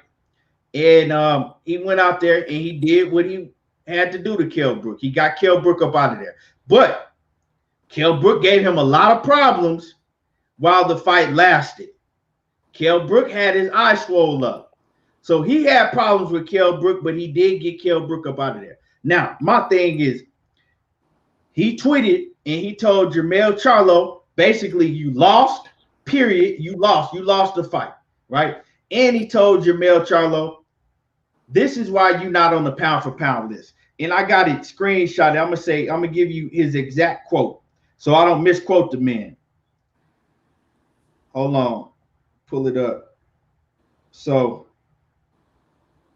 Terence Crawford's exact quote is, I've been gone for a minute at Twin Charlo. He says, last night is the reason you not on the pound for pound list, sir.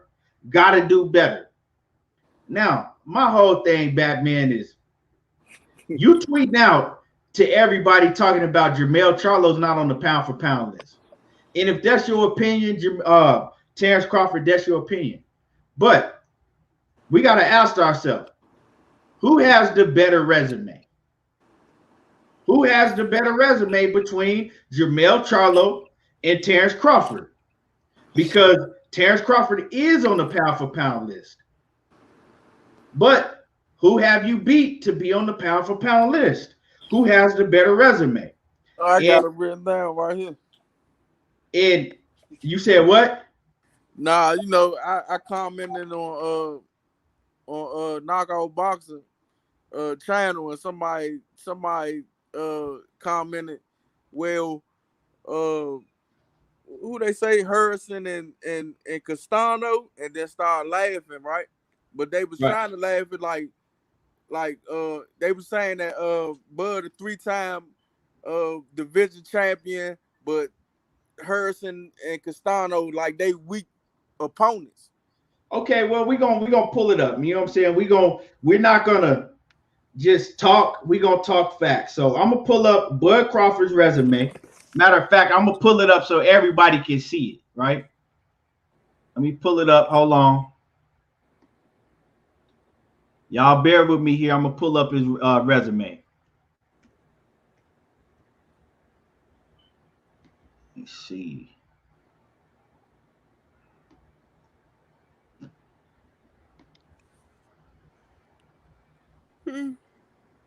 Here we go, right here. Hold on. Blow this up so y'all can see it. Okay. So now let me go back over here to the StreamYard. Hold on. Let me share this with y'all so y'all can see it.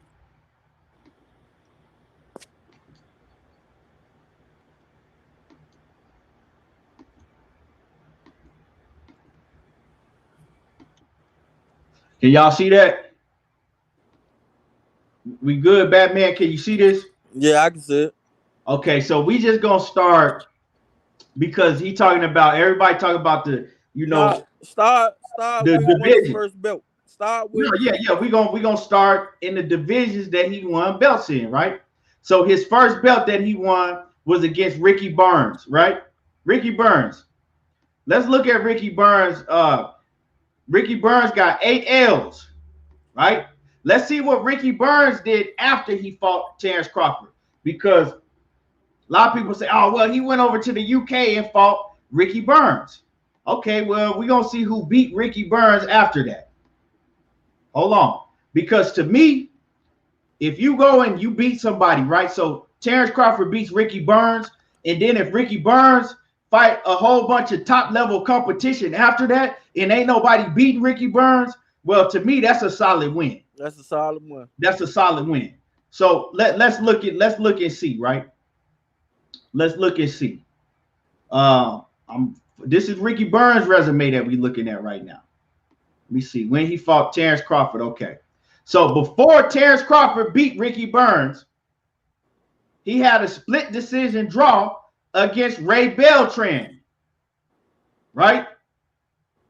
He had a split decision draw against Ray Beltran. He lost to Carl Johansson, that somebody we don't know. He lost to Alex Arthur. So Carl Johansson and Alex Arthur already had beat Ricky Burns by unanimous decision, right? Oh, you gotta go up. And then, hold on. And then Ray Beltran had a draw with Ricky Burns, right? Right after Ray Beltran fought Ricky Burns to a draw, instead of running it back with Ray Beltran, he chose to go and face Terence Crawford. Terence Crawford, he beats Ricky Burns by unanimous decision. After Terence Crawford beats Ricky Burns, right? He loses to Dejan Latishian, the same guy that Mikey Garcia knocked out cold. So Ricky Burns loses to him. A couple fights after that, Ricky Burns loses by unanimous decision to Omar Figueroa, right? And so I think that's enough right there. So that's Terence Crawford's first belt. Julius Agondo. He lost. Right. Good. He ended up losing several more times than we can count, right? So we gonna say that Ricky Burns, right? That first belt that you won, easy. If you have a skill level of Terence Crawford, beating Ricky Burns should not be high on your accomplishment list. So I would say that was an easy belt he went and got, right? Because Ricky Burns had been them other dudes he lost to. We don't even know them. And then we know Ray Beltran, he ain't never been an A or a B class fighter. He's a solid C class fighter. But his next belt is Thomas Delorme. But hold on. Then he fought Yoriotis Gamboa, right? I'm gonna just go to Gamboa, right? Because a lot of people say that's his mega fight, Gamboa. That was, when everybody really, really found out, a lot of the casuals or, fans that's not diehard like me and you, because I've been knowing about Terence Crawford ever since he first came in. But that's when a lot of people found out about him, when he fought Gamboa. Now, Gamboa was coming off a 1.5-year layoff, and he moved up in weight. He knocked out Gamboa, but Gamboa got hurt. Gamboa is like 5'4", and Terence Crawford is 5'8", 5'9". They like to call Errol Spence the boogeyman, but to me, that sounds like some boogeyman shit to me. Man, the weight bully. Yeah, my bad. The weight bully. To me, that sounds like some weight bully shit to me. But so then he wins his second title against Raymond Beltran, right? The Beltran that fought and beat Ricky Burns. The same guy that he had fought and beat, right? Beltran already has 6 L's on his record. But now Beltran has 9 losses on his record and got knocked out 3 times. But just go to his championship. Hold on. That's Ricky Beltran. That's who Terence Crawford won his second belt off of. Nah, he won his second belt off. Or no, he fought Ricky. No, Delorme. My bad. Yeah, so he won his second belt, right? After fighting Beltran, he got a unanimous decision against Beltran, right? Then he won the belt. Then he moved up to 140. Yeah, he moved up to 1. So what I gave y'all in the beginning was at 135. Easy road, right? Easy title, right? Easy fights at 135. That shit easy. If you have the skill level of Terence Crawford, it's supposed to be easy, right? So now you move up to 140 and you fight Thomas Delorme. Thomas Delorme at the time was 22-1. Right? Now let's go to Thomas Delorme and see what he did after fighting Terence Crawford. If he went on a long winning streak, it was fighting some killers and beating some killers after Terence Crawford, I'm gonna give him his credit. And I'm looking at this like with y'all. I haven't seen Thomas Delorme's resume. So let me see. Thomas Delorme, he only had 1 loss when he fought Terence Crawford. He had lost to gotta go down right there. Luis Carlos Abregu, right? He had lost to Abregu. So Thomas Delorme at the time, he got knocked out. Yeah, he got knocked out already. He already had got knocked out. But Thomas Delorme at the time, he looked like he was pretty solid. Let me see if he fought anybody. But besides the fighter that he got knocked out by. Let me see if Thomas Delorme had fought anybody. He fought Chop Chop Corley that had 17 losses on his record when he fought and beat Chop Chop. Let me see. So up until that point, the toughest opponent that Thomas Delorme had fought, he had got knocked out by, right? And he fought Lundy, Kareem Mayfield. Then he fights the fighters he knocks out Thomas Delorme. The fighters he fought after he got knocked out, they tried to build him back up. Look at his record. They tried to build his record back up. Right. So Terence Crawford, he knocks out Thomas Delorme. So let's see what Thomas Delorme did after that. He fights a Jesus Gurulo, or how the fuck you say his name, right? He fights a Brian Jones. Then he fights Yordanis Ugas. We all know who Yordanis Ugas is. Yordanis Ugas beats Thomas Delorme after that, right? Then he fights Jesse Vargas. Jesse Vargas fights Thomas Delorme to a draw. He fights Terrell Williams. I don't know who that is. He fights Jermell James and loses. And he fights how you say his name? Stanionis. That is Richard Schaefer's fighter. And he lost to them. So is Thomas Delorme a killer? Nope. Is Thomas Delorme a killer? No. Right? Let's go back to Terence Crawford's resume again. Since Terence Crawford got something to say about everybody, we just gonna break his shit down. So that's the vacant belt that he won from Thomas Delorme. He wins the WBO and World Super Light, WBO vacant belt at super lightweight. That Victor Postile is his next opponent with a belt. Right. Then he fights Derrick James. He fights Hank Lundy. We know what happened in them fights. Then he fights, right? To me, this is his best opponent up until this up until his whole career, right? 28 fights. His best opponent is Victor Postile. Now, Victor Postile at the time is the guy that they trying to build and say that he is the next big thing. Remember, Victor Postile was getting a whole bunch of credit because he had went and beat Lucas Matisse. But Lucas Matisse already had lost to Zab Judah. He had lost to Devin Alexander, and he had just lost to Danny Garcia. Victor Postile went and beat Lucas Matisse, and then it was like people. Nah, he knocked him out.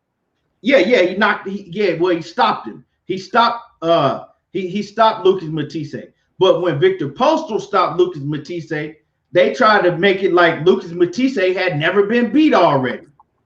But let's see what Victor Postile did because we know before Victor Posto beat Lucas Matisse, he hadn't really fought nobody that we know. Look at all these opponents. You don't know none of these guys. I can't even pronounce their names. You know what I'm saying? We don't know none of these dudes. We know DeMarcus Chop Chop Corley. We know Hank Lundy. Select Aiden. I know who that is. And then he fights Lucas Matisse. Up to then, he hadn't really fought nobody. So he beats Lucas Matisse. He stopped him, right? KOs him. Then he fights Terence Crawford. This is Victor Posto. Terence Crawford, at the time, he 28-0. He on a winning streak. And he beats Terence Crawford beats Victor Posto. Now, hold on, man. Get these damn ads off the screen. Damn.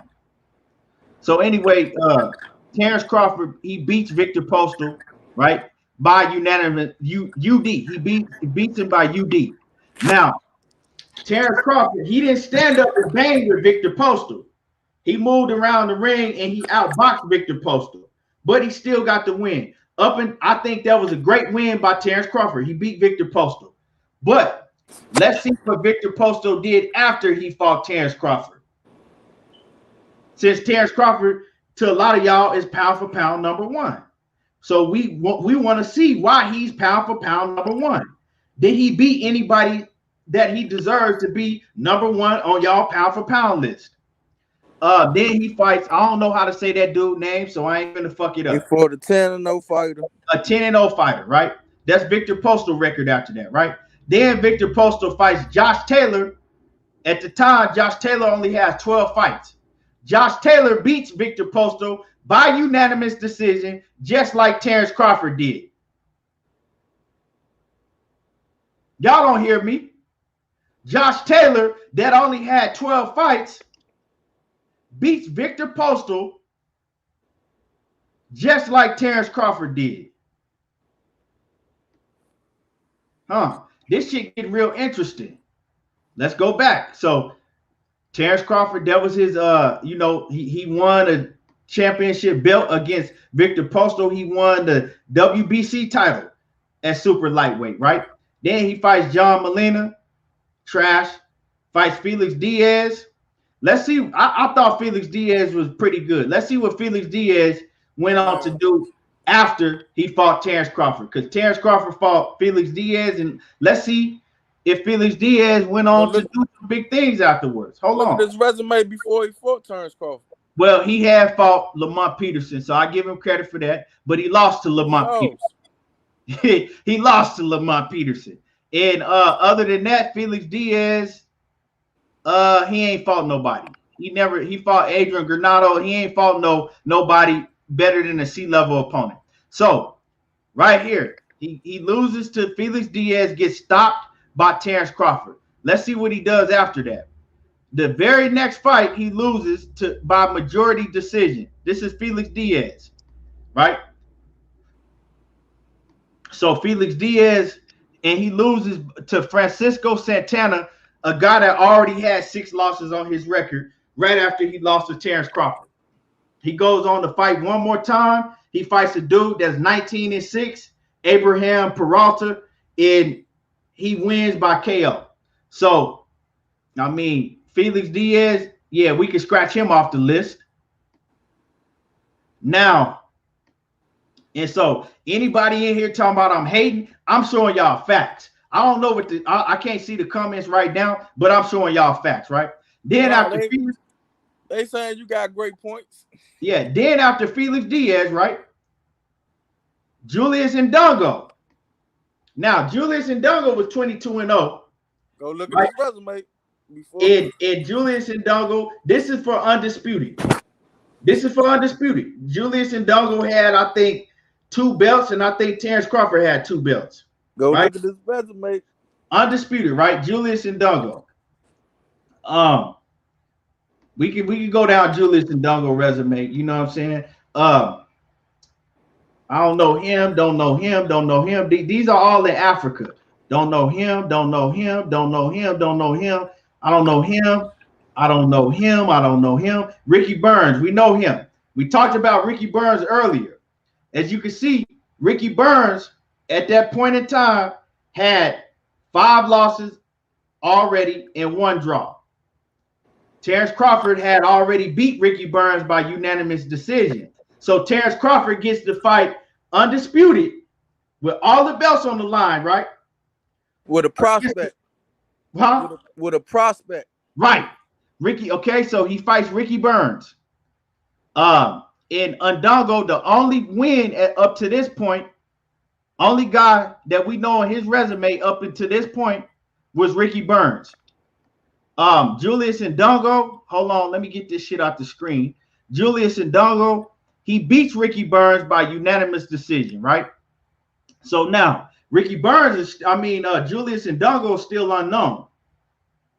They put him right into a match with Terence Crawford, the guy that's supposed to be number 1 or 2 pound for pound fighter in all of boxing at that point in time. And we know what happened in that fight. Terence Crawford, he stops Julius Ndongo. But Julius Ndongo, had Julius Ndongo done anything prior to fighting Terence Crawford? No, not at all. Did Julius Ndongo do anything after he fought Terence Crawford? Because I'm going to just go to the fight right afterwards, right? Right after he fought Terence Crawford, he steps in the ring and he fights Regis Prograis, right? And Regis Prograis stopped him in the 3rd round. And Regis Prograis stopped him in the 3rd round, right? Regis Prograis right there. Regis Prograis stopped him earlier than Terence Crawford did. So should Regis Prograis be high on the pound for pound list? Because he beat Julius Ndongo faster than Terence Crawford did. I mean, come on now, y'all, man. Come on. You see how that sounds? Right? Now, he moves up to his 3rd weight division and he fights Jeff Horn. Now, we all know that Jeff Horn got a gift decision against Pacquiao, right? He didn't beat Pacquiao. But let's see who Jeff Horn fought up into the Pacquiao fight. Jody Allen, Taurine, Raffia, some. None of these dudes we know. Y'all looking at him just like I'm looking at him. Jeff Horn, we don't know none of these dudes so far. None of these dudes, none of these guys, none of these fighters. Ahmed, we know Randall Bailey, but Jeff Horn, so Jeff Horn had fought Randall Bailey. Randall Bailey already was old and he already had 8 losses on his record. So let's go ahead and skip past him. Rick Mueller, Ali Funka, he already had 5 losses on his record, and then he fights Manny Pacquiao. He gets a gift decision against Manny Pacquiao, right? Then he goes and fights Gary Cochran. He knocks out Gary Cochran, who the fuck ever that, whoever that is. This dude, Gary Cochran, right? He got 3 losses on his record as of today, and they all by knockout. So up until this point, have Ricky Burns, not Ricky Burns, has Jeff Horn fought anybody besides getting a gift decision versus Manny Pacquiao? No. Then Terence Crawford, he moves up to 147. He beats him. You know what I'm saying? He stops him, which he should have stopped Jeff Horn. Everybody was trying to fight Jeff Horn, right? Jeff Horn goes on after Terence Crawford. He fights an old-ass Anthony Mundine that was old as hell, in his 40s, I think, at the time. Already had 8 losses on his record. Then he fights Michael Zarafa. Nobody. Fights Michael, and he lost to Michael Zarafa. Jeff Horn lost to Michael Zarafa, right? A year after he got stopped by Terence Crawford. So should Michael Zarafa be on the pound for pound list? Because he stopped Jeff Horn just like Terence Crawford did. Then he fought Michael Zarafa again. He got a majority decision win, and then he fought Tim Tszyu and got knocked out by Tim Tszyu. So what are we talking about here, right? This is Terence Crawford's resume, the #1 pound for pound on a lot of y'all lists. Then he fights Jose Benavidez. Jose Benavidez was undefeated, but he was coming off he had got shot in the knee.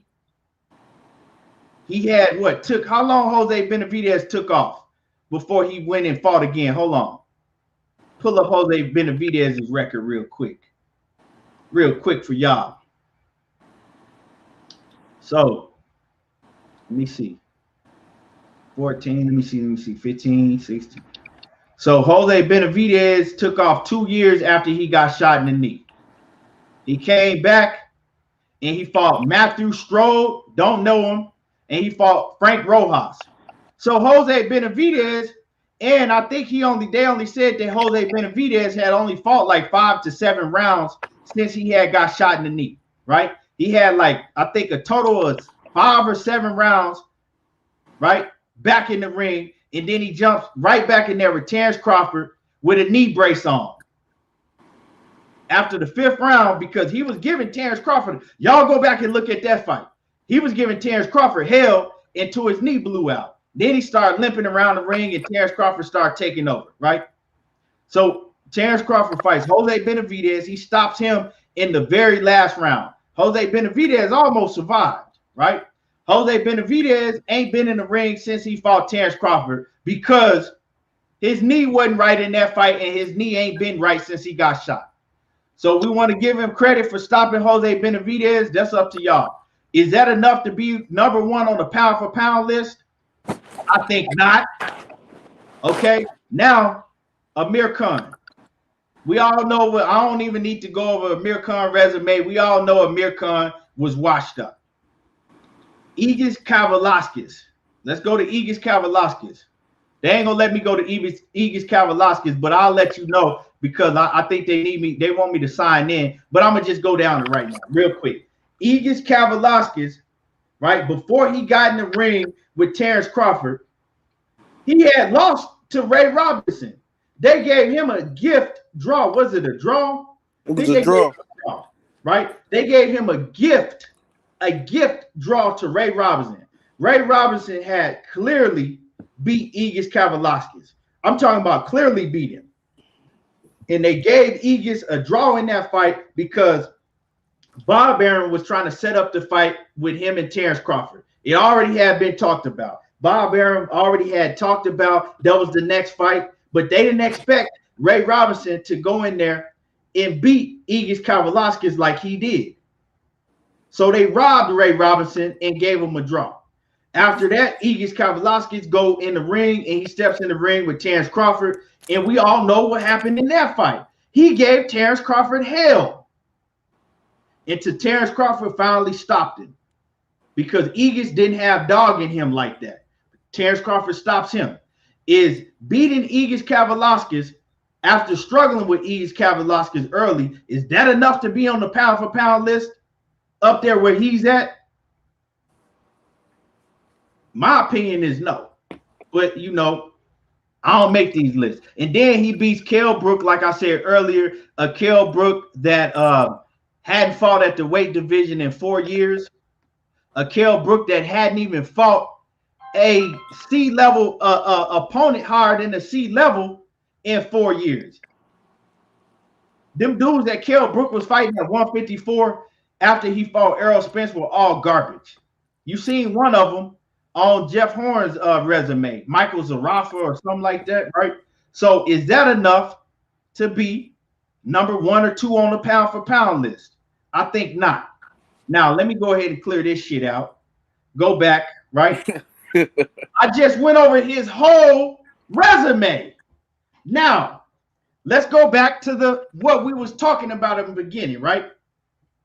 I just went over, so you can't say that I'm hating on him because he got skills. I respect his skills in the ring. But at the end of the day, it's about you got to beat a man, you got to beat the man. And what man has he beat? To beat a man, you got to beat the man. Who has he beat? Let me know. I want somebody to put it in the chat. I just went over his whole resume. I showed you who they beat, and I showed you who he beat. Now, who has he beat? Who he beat? For people to be saying that Bud Crawford, he's this and he's the number 1 pound for pound. Who did he beat? I just showed what I showed y'all is the easiest road to undisputed at 140. I showed y'all a very easy road to one title that he had at 135. And I showed y'all he still ain't fought nobody at 147. Well, he went overseas and he fought and he beat Ricky Burns. Okay, man. Like, come on, man. Miss me with this shit. That's what they say. Well, he went overseas and he fought Ricky Burns. Okay, who the fuck is Ricky Burns? I just showed you what Ricky Burns was.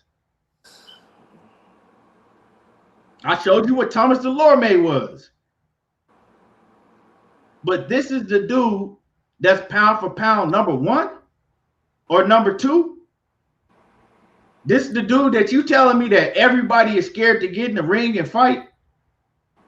That's him, right? What you think about that, man?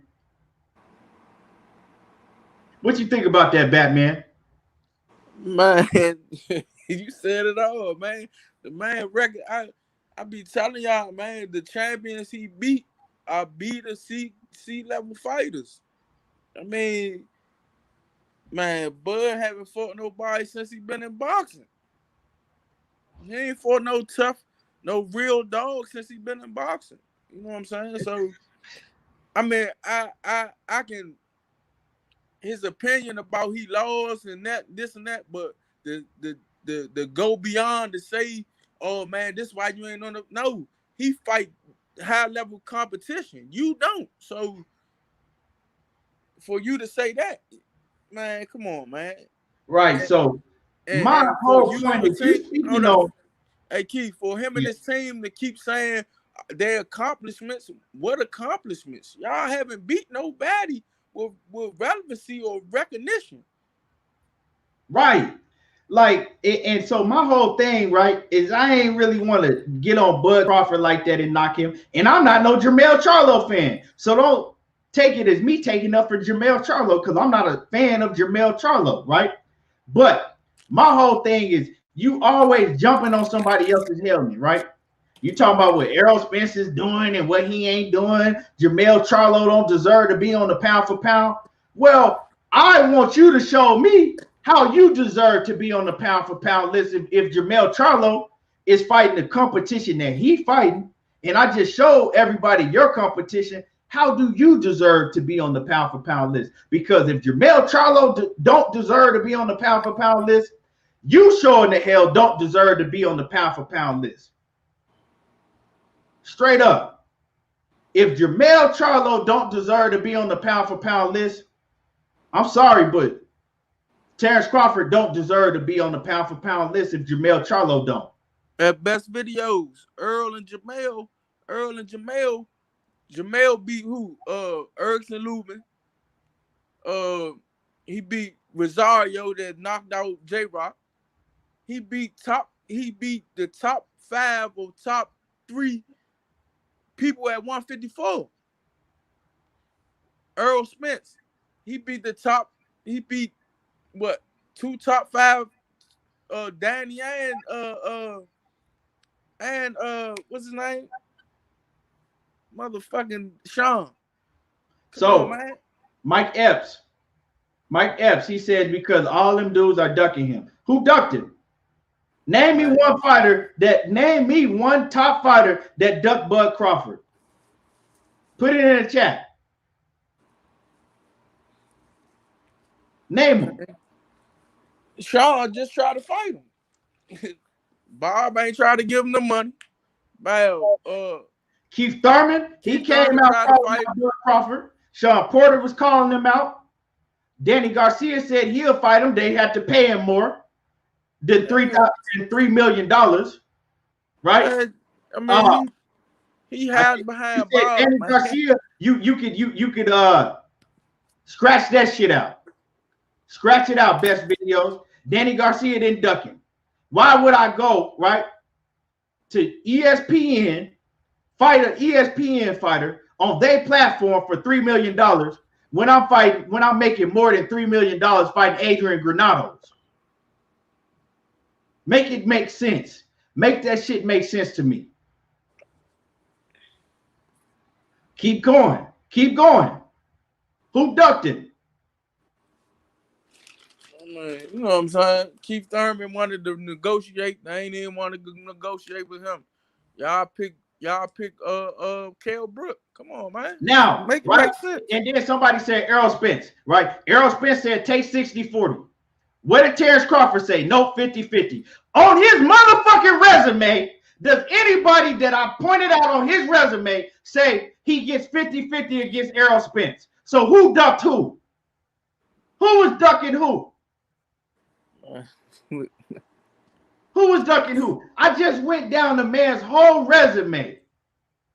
Name me one fighter on his resume that says, you know what? He deserves 50-50 against Errol Spence when the Errol Spence is being generous and kind, offering him 60-40, but he ain't want to take it. Like Earl said, man, once he finished with Pacquiao, he's going across the street. Come on, bro. Y'all killing me with this shit. Yeah, they going. You put facts in front of their face, right? All of a sudden, right? I just put up Terence Crawford's whole resume. They forgot that easy, right? They forgot that fast. They forgot. Cause that's what that's what it was built to do. It was built to put people that really don't care about that shit, that fans of his craft, to say fuck it. Man, I mean, he put whoever they beat in front of him. That's the same shit.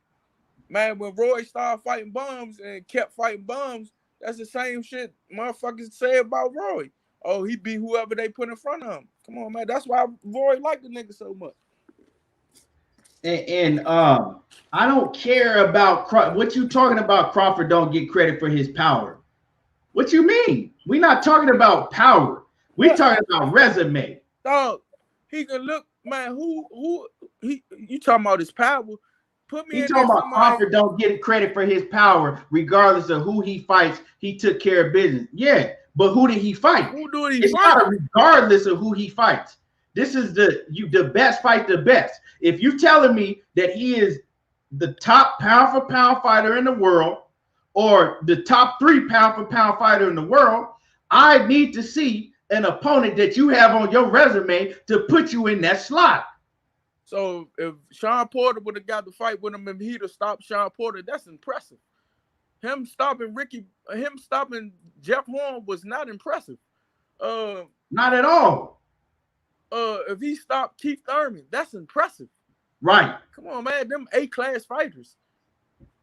Y'all keep acting like y'all don't know what A-class and C-class is. Y'all know what that shit is. When you talking about he don't get credit for his power. Yeah, he got power. I'll give him all the credit in the world, but who the fuck is he knocking out? If you driving in the 300 bands or 500 bands, which one the lower class? This is what I'm saying. So, right. Come on, man. This shit is common sense. Y'all know who wins. If you a boxing fan, you should be able to look at it and say, like, damn, man, he ain't fought nobody. It's funny, man. I'm gonna tell this story, right? Good. And y'all go subscribe to my cousin Keto Abashi, right? He got a channel. It ain't no sports channel, but he gonna come with a sports channel, right? So he talking to me about boxing. We talking, right? And he like, man, what you think about Errol Spence and Terence Crawford? And I said, well, I got EJ. I said, I got Errol Spence beating Terence Crawford because Terence Crawford ain't fought nobody. He said, man, Terence Crawford a beast. He was like, man, he didn't fought cats. He didn't fought everybody. I said, what you mean Terence Crawford didn't fought everybody? He was like, yeah.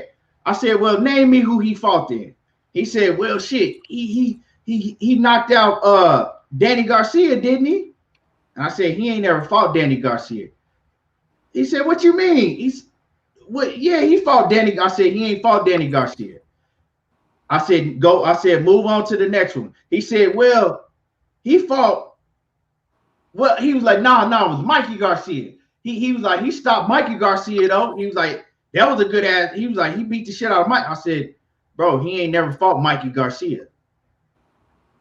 He said, damn. He said, but shit, He was like, he beat Sean Porter ass when he fought Sean Porter. And I'm not making this shit up. I'm not. I wish I could call him right. I could call him right now, and he'll tell you I'm not making this shit up, right? Because he's looking at ESPN, and he's like, well, the way they talking about him, he would have had to fight all these dudes. So that's the perception he has in his head again up with Terence Crawford. So I'm like, bro, he ain't fought him. I said, man, pick up your phone and go down his resume. So he starts scrolling down Terence Crawford's resume. And he said, God damn. He said, this motherfucker ain't fought nobody. He says, damn. He said, man, he fooled me. He said, bro, he said, man, they had me fooled. He said, I thought Terence Crawford was a killer. He said, I thought Terence Crawford had fought all them dudes. He said, damn. He said, man, I got to stop listening to ESPN. He said, man, I thought Terence Crawford had. I said, bro, stop watching ESPN. Because they make the perception that everybody's afraid of Terence Crawford, and they make the perception that he's number one pound for pound. He beating all these dudes. He ain't fought none of them. Man, I'm trying to tell you, that's what they do. Over at ESPN, over at Top Rank, they make the perception, man, until it's time to put their fighter in there with a top dog. And they never do. The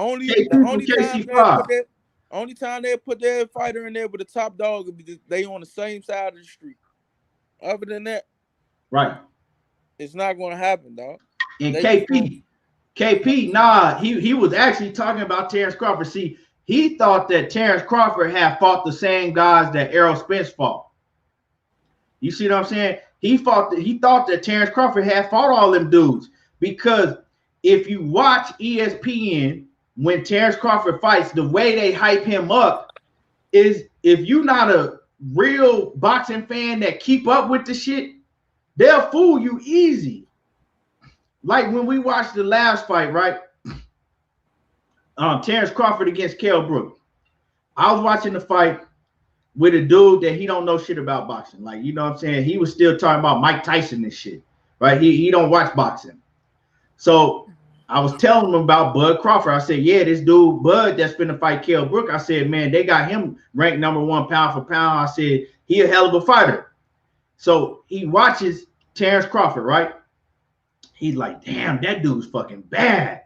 He's like, shit. But I ain't even say nothing about, because I didn't want to shit on Terence Crawford. I didn't even give him the backstory on the opponent that Terence Crawford was fighting, which was Kell Brook. I didn't let him know that Kell Brook hadn't fought at the weight class in 4 years and all of that. I didn't let him know none of that. I let him have his own opinion on Terence Crawford, right? And then they start shitting on Errol Spence in that telecast after. Remember when they start shitting on Errol Spence, saying that Errol Spence wouldn't fight him, he was scared, and this and that, and Terence Crawford would beat Errol Spence, you know, all that shit, all the shit that they were saying when they were slandering Errol Spence's name, right?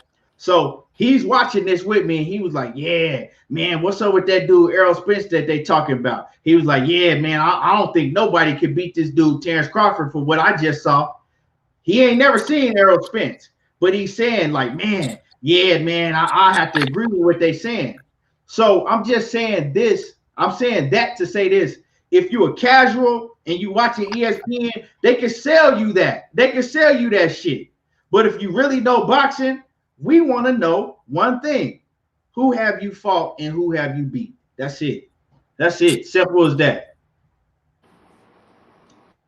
Man, my man Juan Mills, motherfucking Gamboa was his best opponent, his best win. You say I say Victor Postal, because to me Gamboa we went down Victor Postal resume, but Gamboa didn't have no good resume neither. I didn't even go down his resume because at that point in time Gamboa had only fought one good fighter, and that fighter had a gang of fucking losses. He fought the dude that beat Vasil Lomachenko. What's his name? Salido. Yeah, at that point in time, Gamboa had only beat Salido. Really, Gamboa hadn't fought nobody and beat nobody tough. And he really never fought nobody or beat nobody tough after that. To me, Gamboa's best win on his whole resume is Salido. That's his best win. Think about that. Orlando Salido is Gamboa's best win, and Salido already had a lot of losses on his record when Gamboa beat him. You right. All right, So so I don't even, man. If you say Victor Post only beat motherfucking uh who you say he beat he had beat Lucas Matisse. Lucas Matisse when Lucas But to me, Matisse lost all straight fights. Lucas Matisse was a better fighter and a better name than Orlando Salido. Man, yeah, at the time, but after he lost to Danny Garcia, he went downhill. Louis G. say Benavidez Jr. Benavidez Jr. to me, Benavidez Jr. If he hadn't have been hurt, that was his toughest fight. That was his toughest. But if Benavidez hadn't have been hurt, that fight would have went a lot different. I'm not saying that Benavidez would have beat Crawford, but it would have been a lot different fight. Man, if Kell Brook that fought fucking Earl Spence would have fought, he would have beat Terence Crawford. Man, that's because he was beating Terence Crawford 4-0 until Terence knocked his ass out. Terence Crawford fought a whole different Kell Brook than what Errol Spence fought. That is a fact. And you see, right? Remember after that fight, they kept trying to bait Kell Brook into saying that Terence Crawford was the better fighter because they needed that on their telecast. They needed Kell Brook to say that Terence Crawford was better than Errol Spence. And Kell Brook refused to say it. He was like, they're both good. He was like, I can't tell you. But we want to know. We want to know, which we want to know. We want to know. He was like, man, I'm telling you, like, they both good. I don't know. Glazer, Gary Russell, he waiting for Al Heyman or nothing, man, I guess, man. I guess I ain't gonna say. I'm gonna just say I guess. I guess Leo is next. A unification match with Leo Santa Cruz. But all in all, I broke it down. Y'all can say what y'all want. Y'all can think what y'all want. I just put it in front of your face so you can see it. You know what I'm saying? At the end of the day, I do hope that Terence Crawford moves the way that I want him to move, the way that a lot of fans want him to move. I hope he becomes a free agent. So if he does, it's going to be no excuses for him to make up a lot of these fights. A lot of these fights he can make happen. Either I want him to become a free agent or go over with the PBC. Let's make these fights happen, and let's really see what Terence Crawford really is when he gets in the ring with another A-class opponent. That's it. I mean, that's it. All I want to see is what we know he has the skills. We can look at his skill level and tell that his skill level is up there, right? But we still need to see him in the ring with another A-class opponent, and let's see what he does moving forward after he fights Jose Zepeda or whatever, Zepeda or whatever, how the fuck you say his name, after he go and knock his ass out. Let's see what Terence Crawford does in the last part of his career if he fights these big dogs. And let's see how he does in the ring. Because that's the way we can judge a pound for pound top fighter.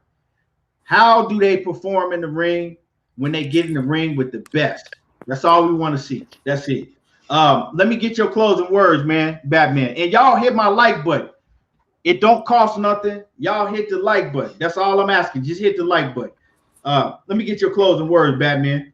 Man, thanks to everybody in the chat for coming out, man, supporting Keon, man. And man, like I said, I had no problem with Terence Crawford saying that Jermell lost, but I just had a problem with him trying to tease why he not on the pound for pound list. Dog, man, hopefully when your coach came on with Bernie saying that y'all about to lead top rank and y'all about to go over here to PBC and see what's up, I hope y'all do that. I hope, you know what I'm saying? I hope nothing but best for Terence Crawford, man, you know? And, you know, hope boxing stay great. I mean, not stay great, but come back to great. You know, that's all, man. I just hope them Right. just The best fighting the best. That's all we need. That's all we want. I don't understand why that's so much. I don't understand why that's so much to ask for, right? It's like this, right? And I'm gonna end it with this, right? I'm gonna end this. The last thing I'm gonna say about the Bud situation. If the two best teams in the NBA, right, are Phoenix Suns and the Bucks, right? They supposed to be playing each other, right, to see who the best teams, right?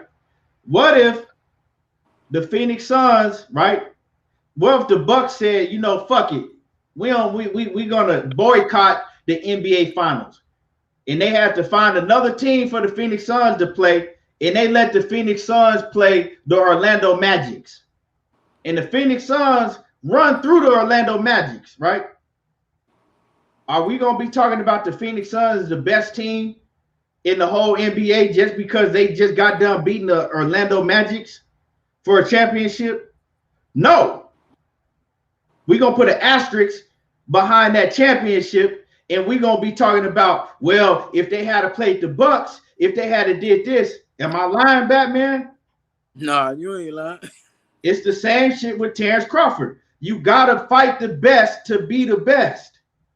So, pound for pound, I don't know. Like I said, especially not number one. But anyway, I appreciate everybody that tuned in. Make sure that y'all hit the like button before you leave out. And I appreciate everybody that tuned in, that showed love, that came through. You know, we're gonna be back on tomorrow, doing the thing. And y'all already know how I do. There you go, talking that boxing again. And I'm gone. And we out.